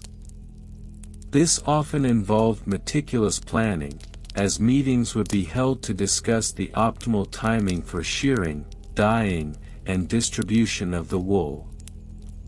These discussions often became bogged down in the minutiae of logistics, with members debating the pros and cons of different transportation methods, such as horseback versus cart, and the merits of various dyeing techniques. The advent of trade routes further complicated the supply chain, as exotic yarns from distant lands began to infiltrate the markets. This opened up a new world of color possibilities, but also introduced new complexities. Knitting circles frequently held meetings to discuss the implications of using foreign yarns, with members debating issues of sustainability, ethical sourcing, and the potential impact on local sheep farming practices. As the circles grappled with these issues, the meetings became more tedious, often devolving into discussions about the environmental impact of shipping yarn over long distances. Record-keeping methods. The methods of record-keeping utilized by the Viking knitting circles were varied and often intricate, reflecting the importance placed on meticulous documentation of color coordination practices. In the early days, records were maintained in simple parchment notebooks, where circle members would jot down their color choices and the rationale behind them. However, as the bureaucratic regulations tightened, the need for more formalized record-keeping led to the development of standardized forms. By the 14th century, many knitting circles had adopted a multi-tiered record-keeping system, which included detailed logs of meeting minutes, color selection documents, and compliance reports.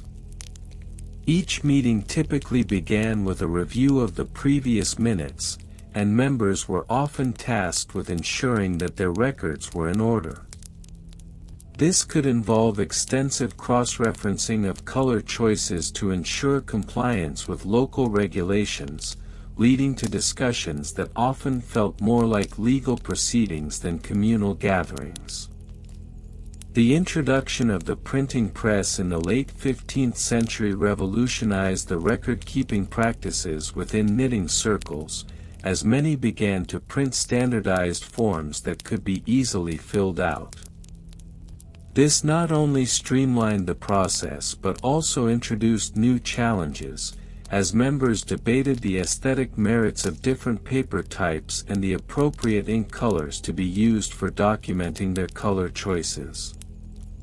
Such discussions could drag on for hours, often leading to fatigue among members who longed for the simpler days of handwritten records. In conclusion, the history of the Viking knitting circle yarn color coordination meetings is a rich and multifaceted narrative, woven with intricate details and mundane aspects. From regional variations and the evolution of practices over time to the bureaucratic regulations that shape discussions and the complexities of supply chains and record-keeping methods, each component contributes to a larger understanding of this seemingly trivial yet profoundly significant aspect of Viking culture. The tedious nature of these meetings, while perhaps sleep-inducing, underscores the importance of color coordination in knitting circles as a reflection of community identity, cultural heritage, and the continuous interplay between tradition and innovation. ### The Dull History of Viking Knitting Circle Yarn Color Coordination Meetings, Part 10. Hashtag regional variations and comparisons. The phenomenon of yarn color coordination among knitting circles, particularly within the context of the Viking knitting circle, reflects a rich tapestry of regional variations that encompass not only the geographical expanses of the Scandinavian territories but also the diverse cultural interpretations that have arisen over the centuries.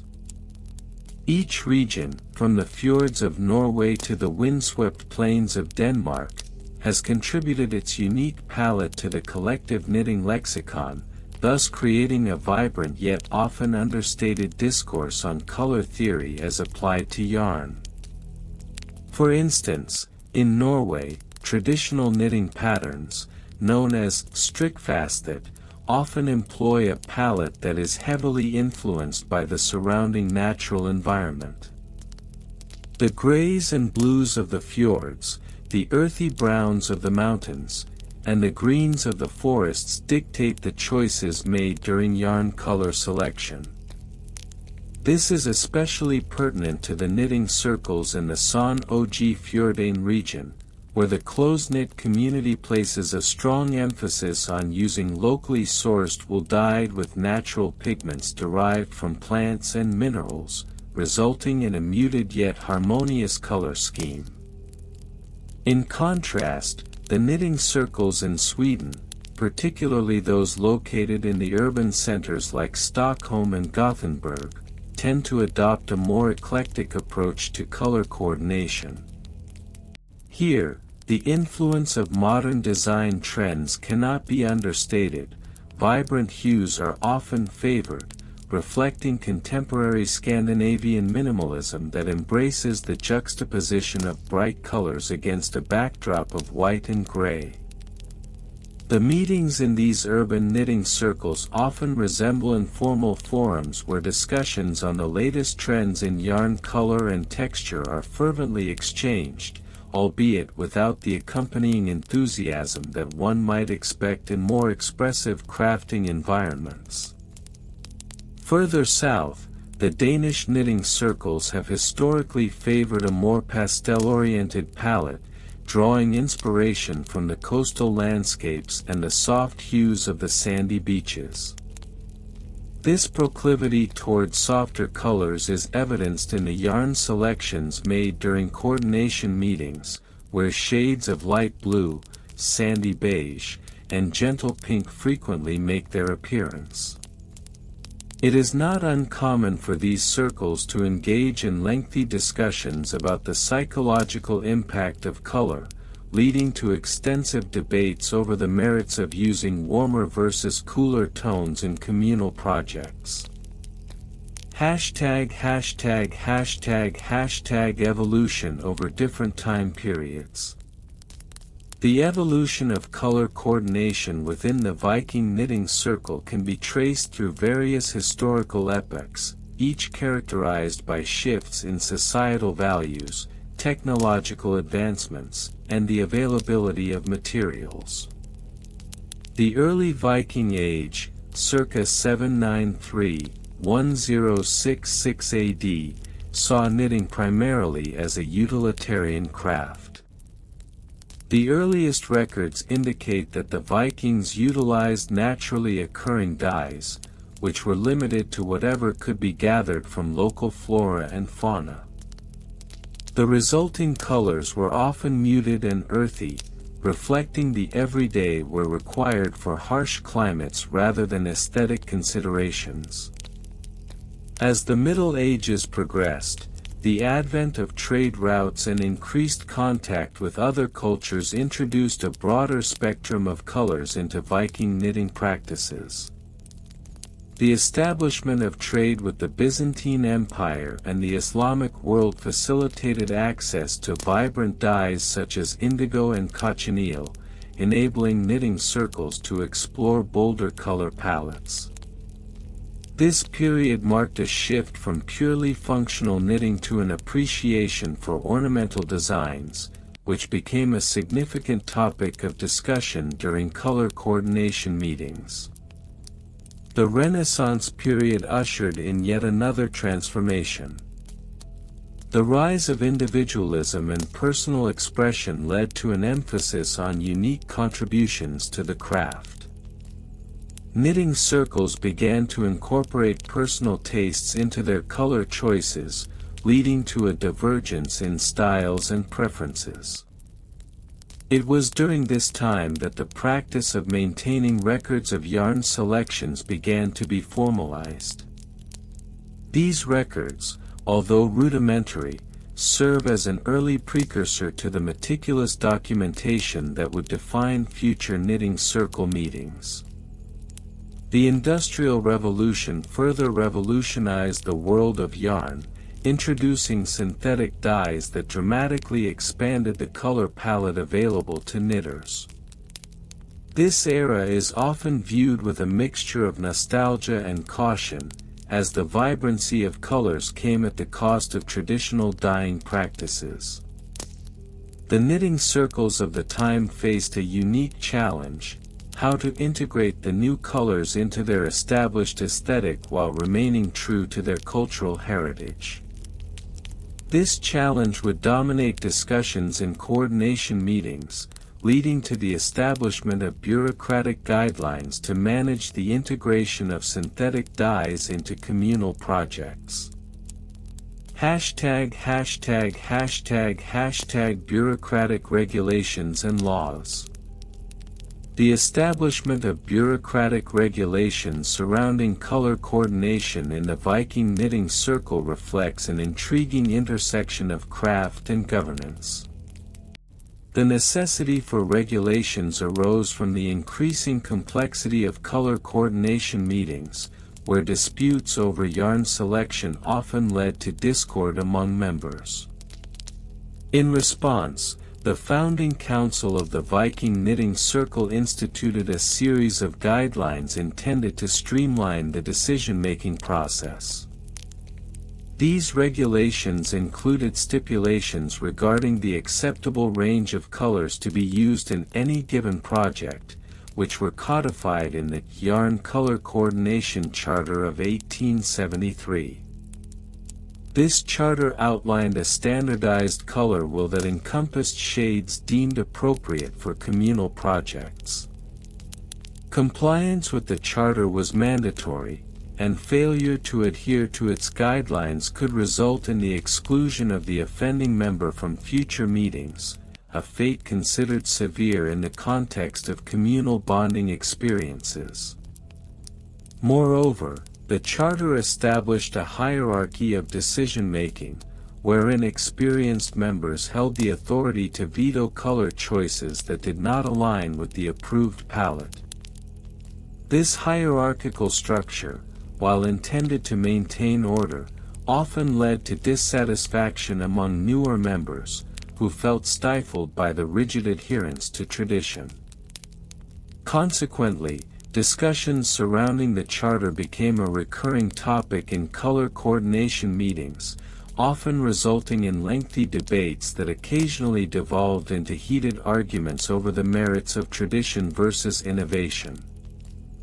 The bureaucratic nature of these meetings was further compounded by the necessity for record-keeping.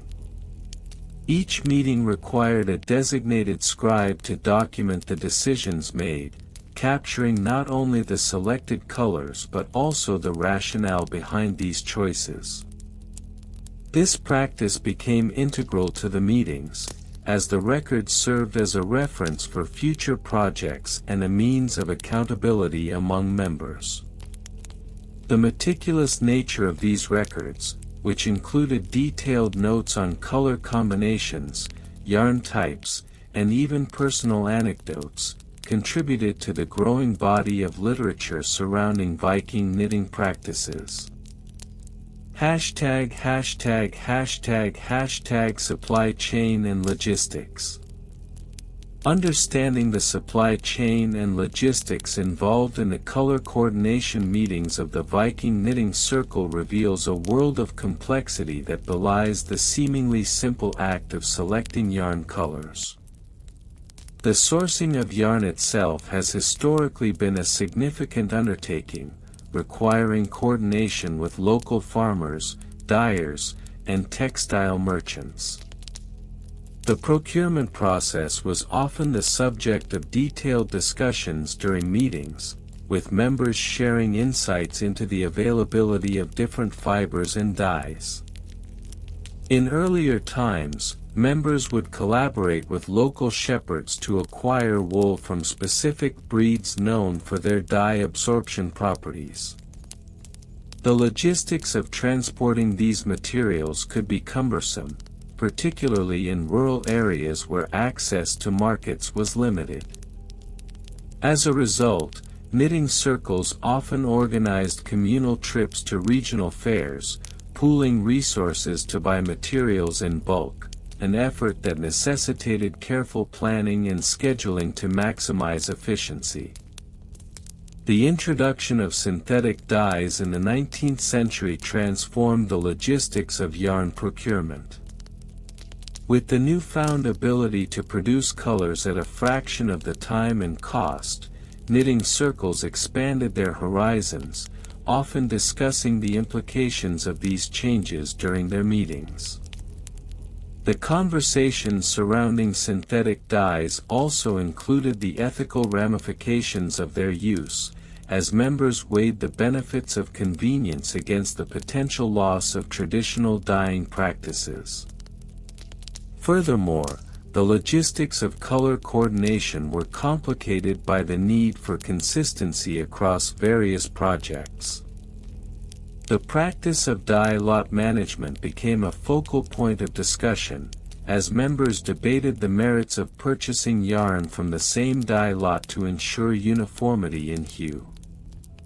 This practice required meticulous record-keeping, as discrepancies in dye lots could lead to unintended clashes in color, undermining the careful planning that had taken place during meetings.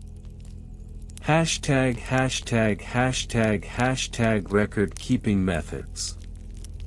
The record-keeping methods employed by the Viking knitting circle during yarn color coordination meetings evolved considerably from their inception.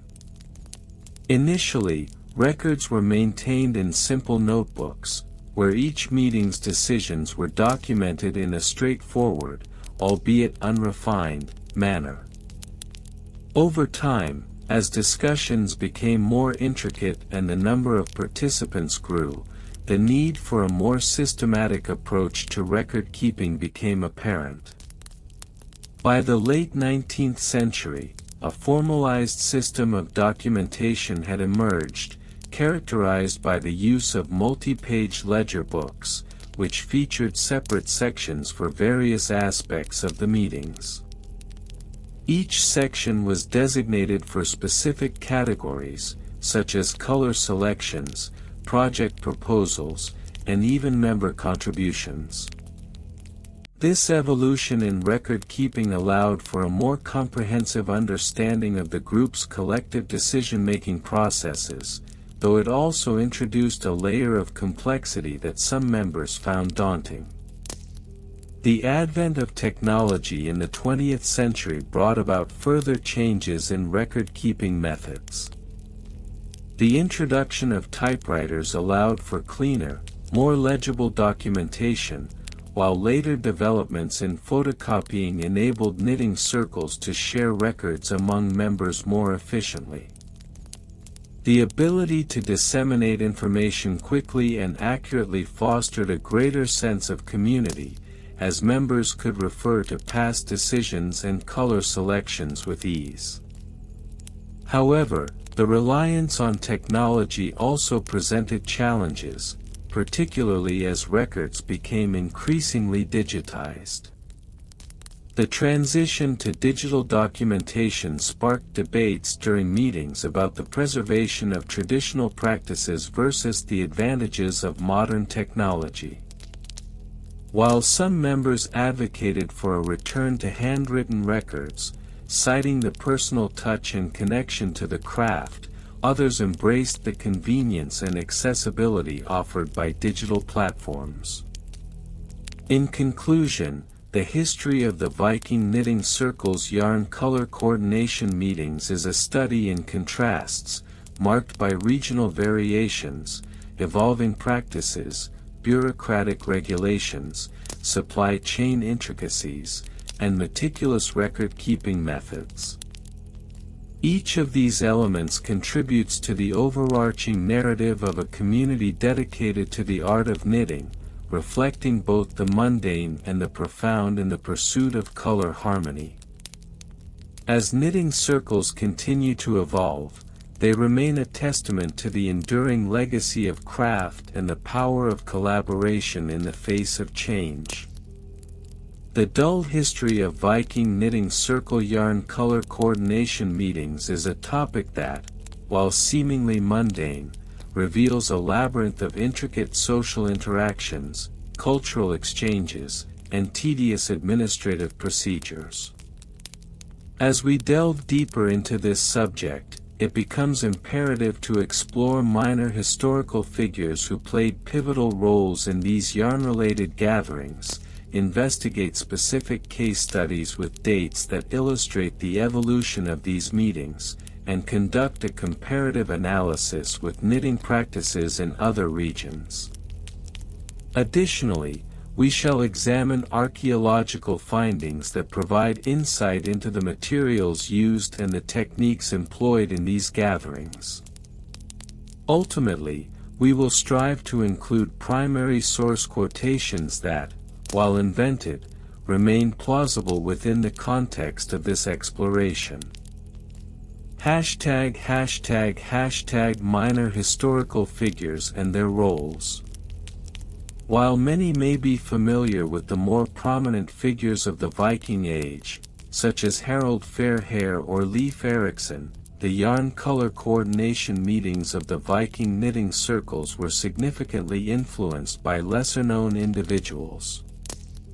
Take, for instance, Astrid of Uppsala, a noted yarn dyer around the year 874 AD.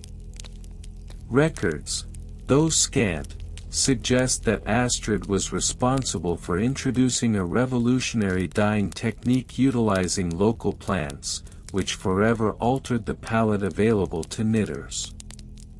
In a particularly uneventful meeting documented in 876 AD, Astrid presented her findings on the use of woad and madder to produce deep blues and reds, respectively.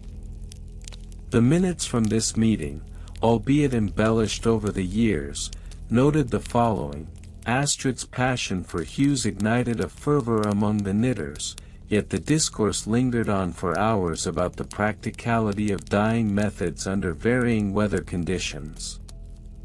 Such meetings often spiraled into tedious debates over the merits of natural versus synthetic dyes, which, while essential to the craft, contributed to the slow pace of progress in color coordination. Another noteworthy figure was Leif the Harmonizer, a self-proclaimed mediator who attended the knitting circles in the late 9th century. His role was primarily to diffuse tensions arising from color clashes, both literal and metaphorical. Described in one meeting as a man with the uncanny ability to bring together the most discordant of colors, much like he would later unite warring clans, Leif's presence was often solicited to settle disputes regarding the appropriateness of certain color combinations. His interventions, while appreciated, often led to prolonged discussions about aesthetic preferences, leading to fatigue amongst circle members. ### specific case studies with dates.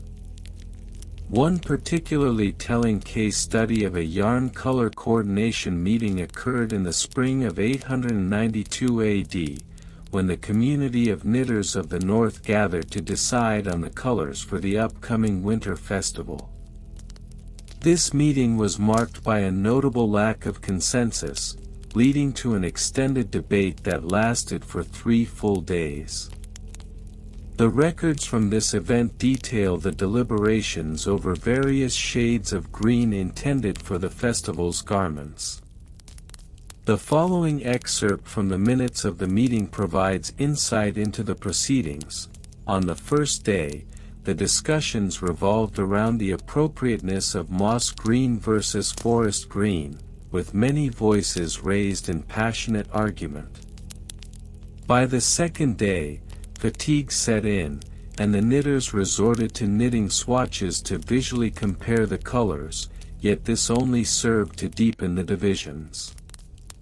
Ultimately, after 3 days of exhausting debate, the group decided on a compromise shade, which they termed Evergreen Mist, a decision that left many knitters dissatisfied.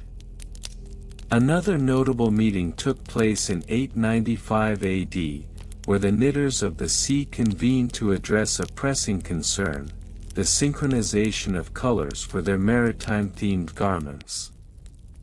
The group faced a dilemma regarding the use of various shades of blue, ranging from the vibrant hues of the ocean to the muted tones of the sky.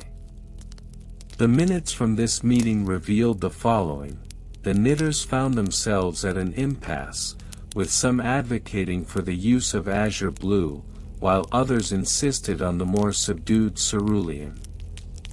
The discussions grew increasingly tedious, with many members nodding off during the lengthy presentations on the psychological effects of color in maritime contexts. #comparative analysis with other regions. When comparing the Viking knitting circle's yarn color coordination meetings with similar gatherings in other regions, one must consider the practices of the Anglo-Saxon knitting circles. These groups, while contemporaneous, exhibited different priorities and methodologies in their color selection processes. For instance, while the Vikings often engaged in lengthy debates over color combinations, the Anglo-Saxon knitters favored a more democratic approach. Meetings were typically shorter and focused on consensus building rather than prolonged discussions. This is illustrated in a case study from 885 AD where the Anglo-Saxon circle convened to select colors for a regional fair. The meeting lasted a mere half-day, concluding with a unanimous decision on a palette of earthy tones. A member's reflection from that meeting stated, "It is the beauty of simplicity that binds us. Let us not complicate our choices with unnecessary discourse." Furthermore, the Byzantine knitting circles, known for their opulence, often prioritized intricate patterns over color coordination. Their meetings centered around the use of gold-threaded yarns and lavish designs, with little regard for the color palette. In stark contrast to the Vikings, who meticulously coordinated colors for practical garments, the Byzantine knitters displayed a penchant for excess. A primary source, attributed to a Byzantine knitting historian, notes, "Where the Vikings deliberate, the Byzantines adorn, the former seek harmony, the latter, splendor." Archaeological findings and interpretations. Archaeological findings related to Viking knitting circles have provided invaluable insight into the materials and techniques employed during these gatherings. Excavations at sites such as the Oseberg ship burial, circa 834 AD, have unearthed remnants of spinning tools, such as spindle whorls and distaffs, which indicate the importance of yarn preparation in the knitting process. Analysis of these artifacts suggests that the Vikings utilized a variety of animal fibers, including sheep's wool, which was often dyed using local plants. The discovery of dye pits at several sites indicates that color coordination meetings were not merely social gatherings but also practical workshops where knitters could share techniques. One archaeologist noted, "The remnants of these dye pits tell a story of communal labor, where color was not just a preference but a necessity that bound the community together." Additionally, a recent excavation in 2022 at a Viking settlement in Norway revealed a trove of dyed yarns, showcasing a vibrant palette that was previously undocumented. The hues ranged from muted earth tones to brilliant blues and reds, indicating a sophisticated understanding of color mixing and coordination. This find has prompted further exploration into the potential influence of trade routes on Viking dyeing practices, suggesting that color coordination was also an avenue for cultural exchange. ###primary source quotations. To further illuminate the characteristics of Viking knitting circle meetings, we can draw upon invented but plausible primary source quotations that reflect the sentiments and experiences of those involved. A fictional quote attributed to Astrid of Uppsala captures the essence of the tedious discussions. "In our quest for the perfect hue, we often lose sight of the yarn itself, entangled in a web of indecision as deep as the fjords we sail." Another quotation from Leif the Harmonizer encapsulates his mediating role. "As I stand between the fiery reds and the cool blues, I am reminded that even in our differences, there lies the potential for a tapestry woven with unity." Furthermore, a fictitious yarn dyer from a neighboring settlement remarked on the frustrations of color coordination. "It is not the complexity of the colors that vexes me, but the endless deliberations that turn a simple task into an odyssey of tedium." ###conclusion. In conclusion, the dull history of Viking knitting circle yarn color coordination meetings reveals a tapestry of minor historical figures, specific case studies, comparative analyses, archaeological findings, and plausible primary source quotations. Each element contributes to a broader understanding of the social fabric woven through these meetings. While at first glance, the topic may seem trivial, it becomes clear that these gatherings were a reflection of the Viking community's values, priorities, and cultural identity. As we have explored the tedious nature of these meetings, often marked by lengthy discussions, indecision, and occasional fatigue, we find that the history of Viking knitting circles serves as a reminder of the importance of color, collaboration, and community in the crafting of not just garments, but a shared cultural heritage. Thus, as we close this exhaustive exploration, we invite you to reflect on the threads that bind us all, even if the journey through their history may have been less than exhilarating. The dull history of Viking knitting circle yarn color coordination meetings is a subject often overlooked in broader discussions of Viking culture and society. This seemingly mundane aspect of Viking life, however, offers a glimpse into the intricate social structures and daily rituals that define their communities. To fully comprehend the significance of yarn color coordination meetings, one must delve into minor historical figures, specific case studies, and the archaeological findings that validate the existence and importance of these gatherings. ###minor historical figures and their roles. In any community, the roles of individuals can shape the culture significantly, even in areas as niche as knitting circles. Among these minor historical figures, we encounter characters such as Freydis, a lesser-known figure compared to her more famous brother Leif Erikson. Freydis was said to be a fervent advocate for the use of vibrant colors in yarn, arguing that bright shades represented the vitality of the Viking spirit.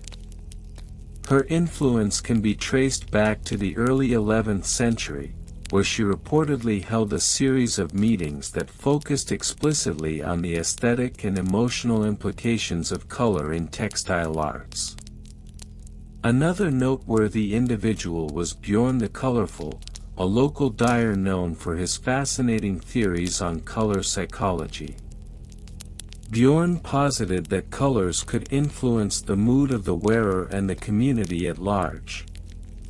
He would often engage in lengthy discussions about the hues of natural dyes derived from local flora, such as indigo from woad and yellows from the flowers of the Reseda plant. His contributions to color theory among the knitting circles were not only interesting but also reflected a deeper understanding of the interconnectedness of color with Viking identity.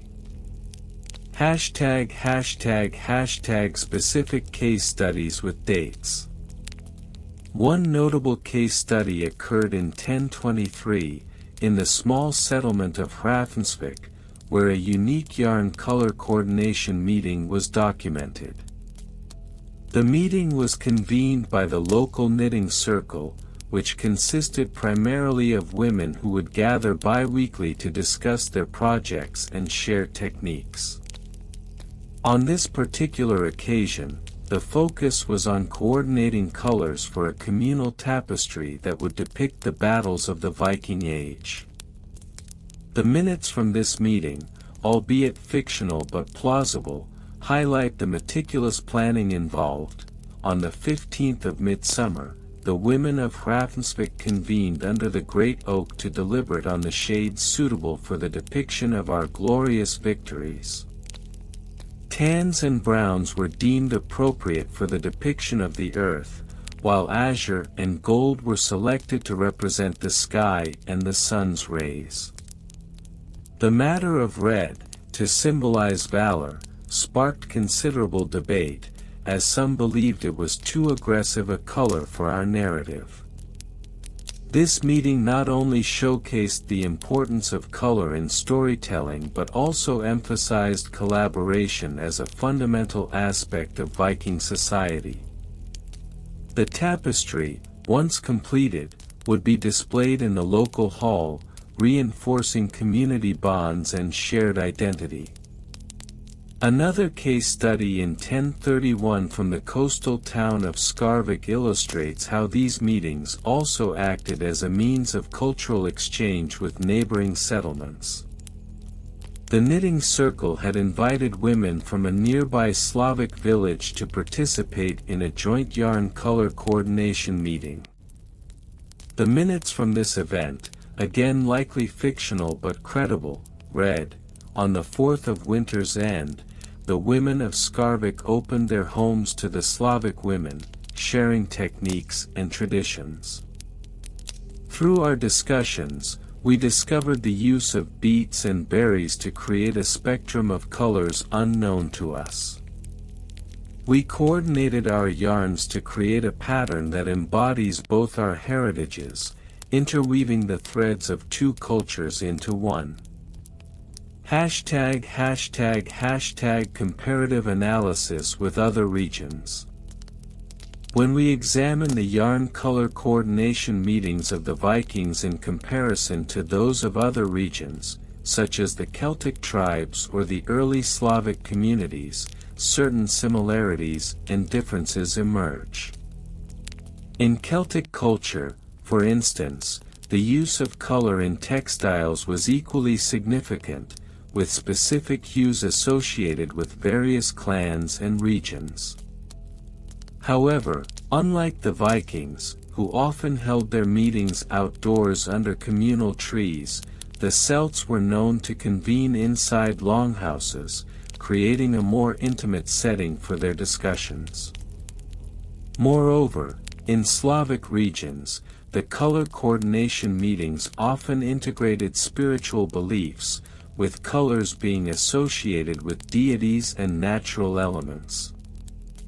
This influence was evident in their use of red to symbolize life and fertility, while blue represented the heavens. Vikings, on the other hand, demonstrated a more pragmatic approach, focusing on the interplay of colors as a means of representation and storytelling rather than spirituality. Archaeological findings from the 7th century burial mounds in England provide further context. These mounds revealed textiles dyed with a variety of colors, suggesting that color coordination was not limited to Viking communities but was a broader phenomenon across Northern Europe. The analysis of these textiles indicates a sophisticated understanding of dyeing techniques and color combinations, implying that the exchange of knowledge among neighboring cultures was likely commonplace. #Archaeological findings and interpretations.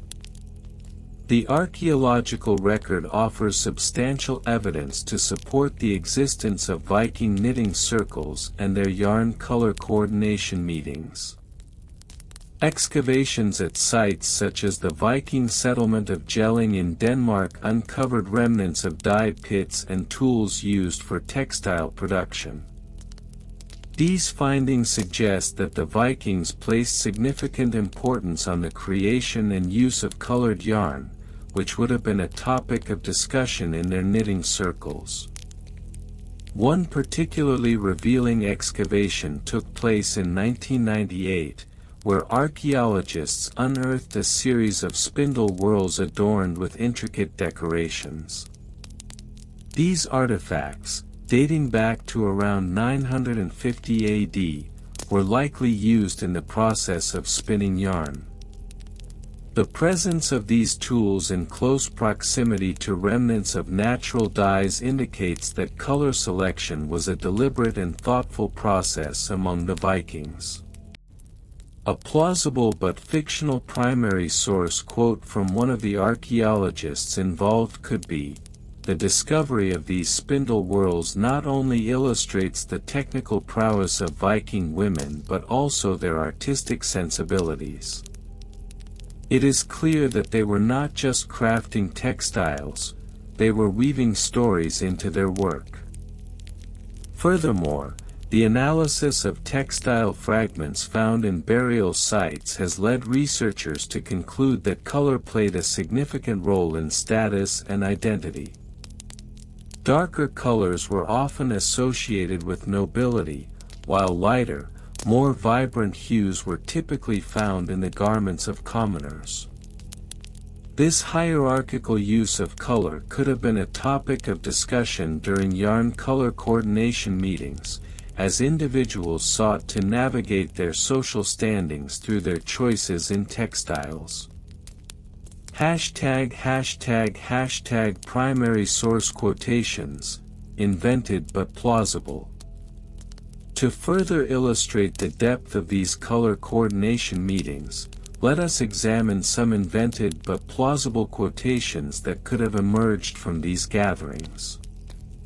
From a meeting in 1015, a participant might have remarked, "As we gather under the shade of this great oak, let us remember that the colors we choose are not merely for our garments but are a reflection of our very souls. Shall we choose the deep indigo of the sea or the bright yellow of the summer sun? Each hue tells a story, and we must choose wisely."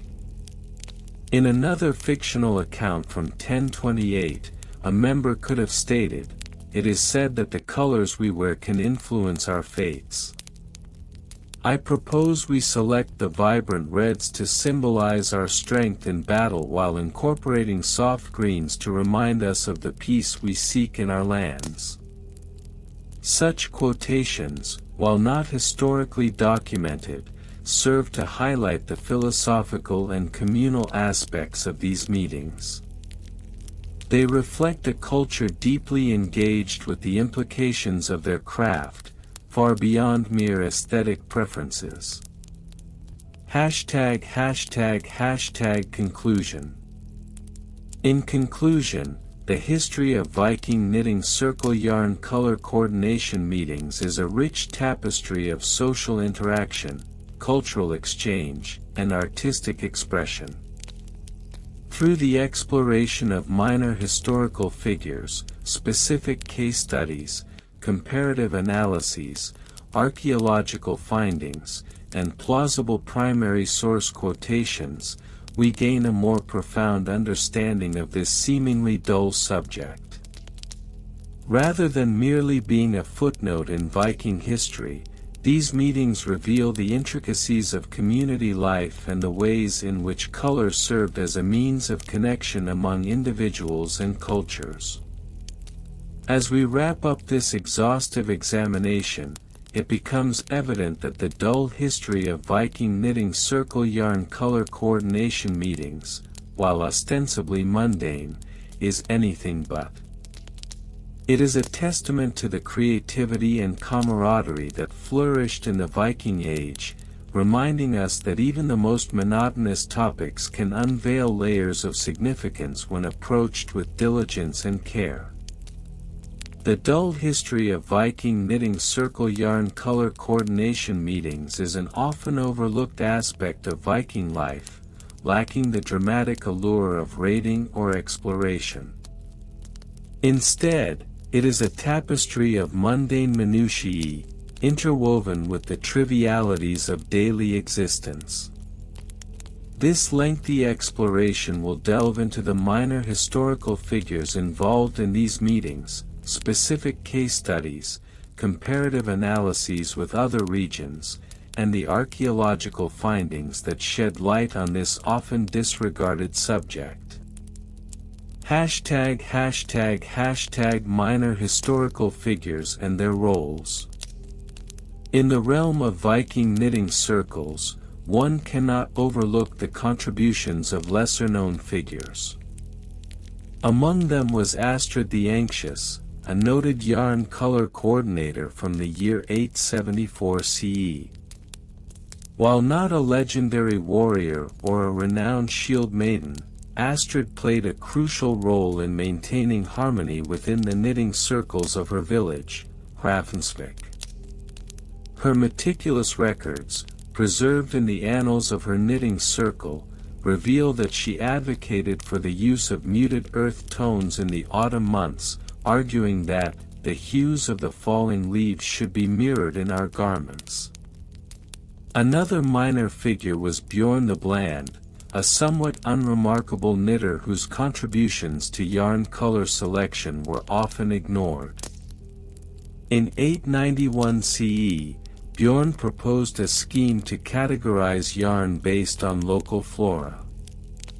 His extensive notes detail how he suggested using the colors of various plants found in the region, such as the deep green of the moss that clings to our humble rocks, and the pale lavender of heather blooms.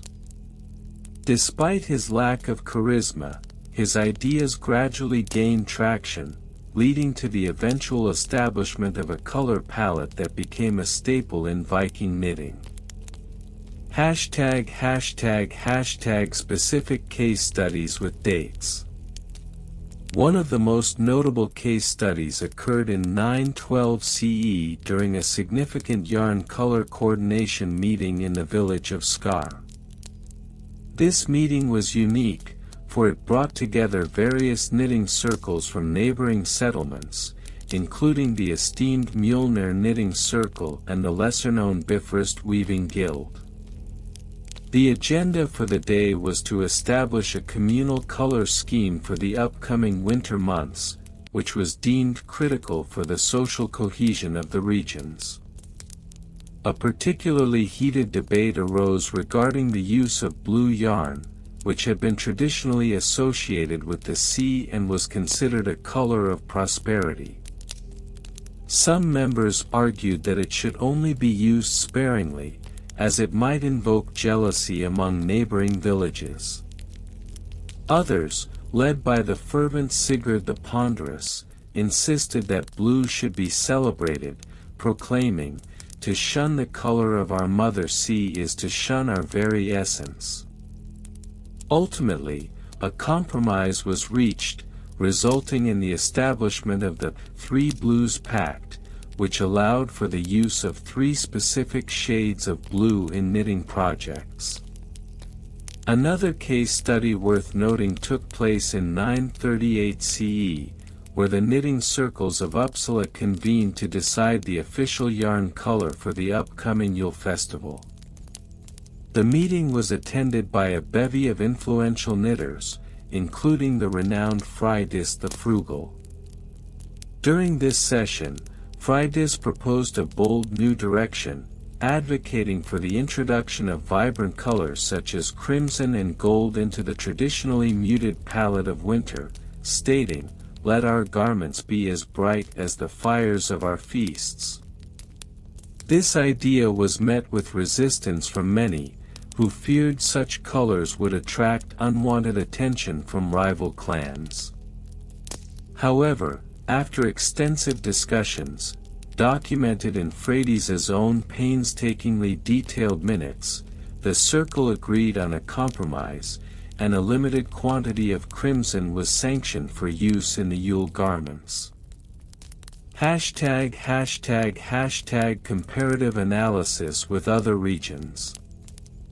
When examining Viking knitting circle meetings, it is instructive to compare them with similar gatherings in other regions.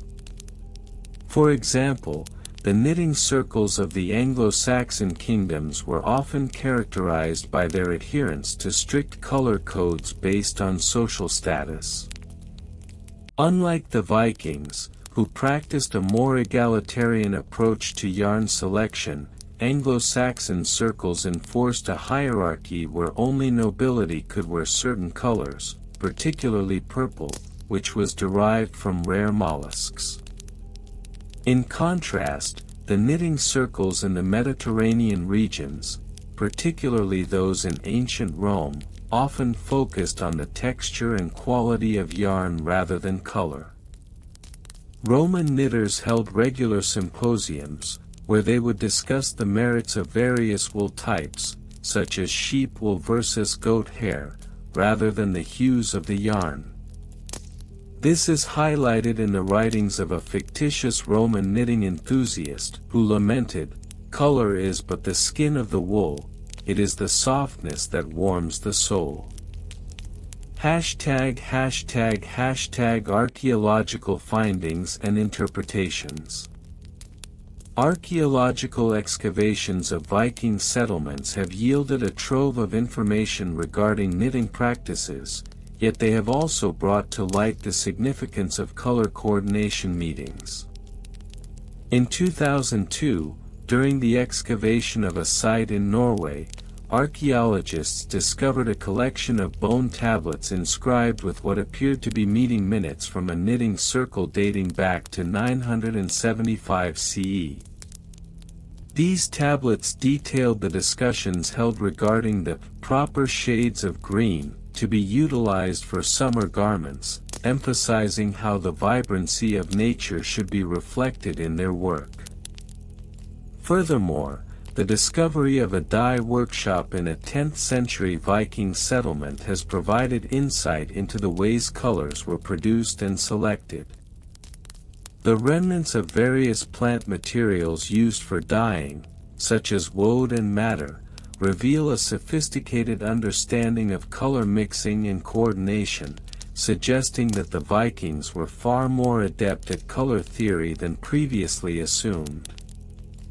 The workshop's findings were meticulously documented in a report by the archaeologist Thora the Tedious, who noted, "The colors produced here are a testament to the vibrant life of our ancestors, yet their use in mundane yarn meetings remains perplexingly underappreciated." Primary source quotations, invented but plausible. To further elucidate the tedious nature of these knitting circle meetings, one might consider the following fictional but plausible quotations from historical figures of the time. 1. As we gather to discuss the hues of our yarns, let us not forget that every shade carries with it the weight of our ancestors' choices. Helga the Hesitant, 900 CE. 2. In the knitting circle, a single shade of green can split the mightiest of clans. Let us tread carefully. Ragnhild the Resolute, 925 CE. 3. The true art of knitting lies not in the complexity of the stitches, but in the harmonious balance of colors that whisper tales of our heritage. Eirik the Exasperated, 950 CE. 4. May our discussions be as colorful as the yarn we choose, though perhaps less so than the arguments that arise. Ingrid the Indifferent, 965 CE. In conclusion, while the Viking Knitting Circle yarn color coordination meetings may not ignite the imagination or spark the thrill of conquest typical of Viking lore, they represent an essential component of social structure and cultural identity.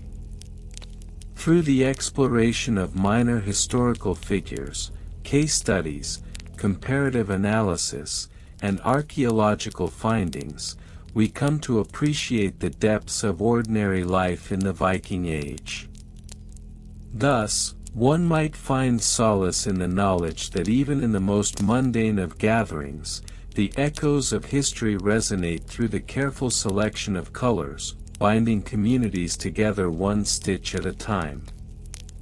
And so, dear listeners, we come to the end of our tranquil journey through the surprisingly gentle chronicles of the Viking Knitting Circle's yarn color coordination meetings. As we've meandered through this unique slice of history, we've encountered the art of knitting that transcends mere craft and evolves into a beautiful tapestry of community spirit and creativity. We've discovered how these talented individuals, with their well-worn hands and thoughtful hearts, came together to weave not just patterns, but connections, fostering a sense of belonging that echoes through the ages. In our exploration, we've wandered through tales of vibrant yarns, each color selected with care and purpose, highlighting the importance of harmony and balance that resonates in both their creations and their lives. The meticulous discussions on shades and textures, the gentle laughter shared over cups of herbal tea, and the quiet moments of contemplation remind us of the simple, yet profound joys that arise from collaboration and shared passion. As we reflect on the soothing rhythm of their meetings, let us carry forward the essence of their camaraderie into our own lives. May we find inspiration in their dedication, allowing it to guide us towards our own creative endeavors, whatever they may be. Just as the Vikings once gathered to coordinate their colors, we too can create spaces of warmth and connection, wherever we may be, fostering our own communities that celebrate creativity and friendship. As we prepare to drift into the peaceful embrace of slumber, I want to thank you for joining me on this gentle voyage through time. Your presence adds to the warmth of this narrative, and it is a comfort to share these moments with you. Should the soothing whispers of our Viking Knitting Circle dance in your mind, remember that you can always replay this journey, allowing the calming stories to lull you into a state of tranquility whenever you desire. Now, as the stars twinkle softly above, I wish you a night filled with serene dreams, where the colors of your imagination blend harmoniously, just like the yarns that our Viking friends once cherished. May your heart be light, your worries fade away, and your thoughts be as peaceful as the quiet shores of a distant land. Good night, dear listeners. Embrace the stillness around you and allow yourself to sink gently into the soft embrace of sleep. Sweet dreams await you, and may you awaken refreshed, ready to greet a new day filled with possibility. Sleep well.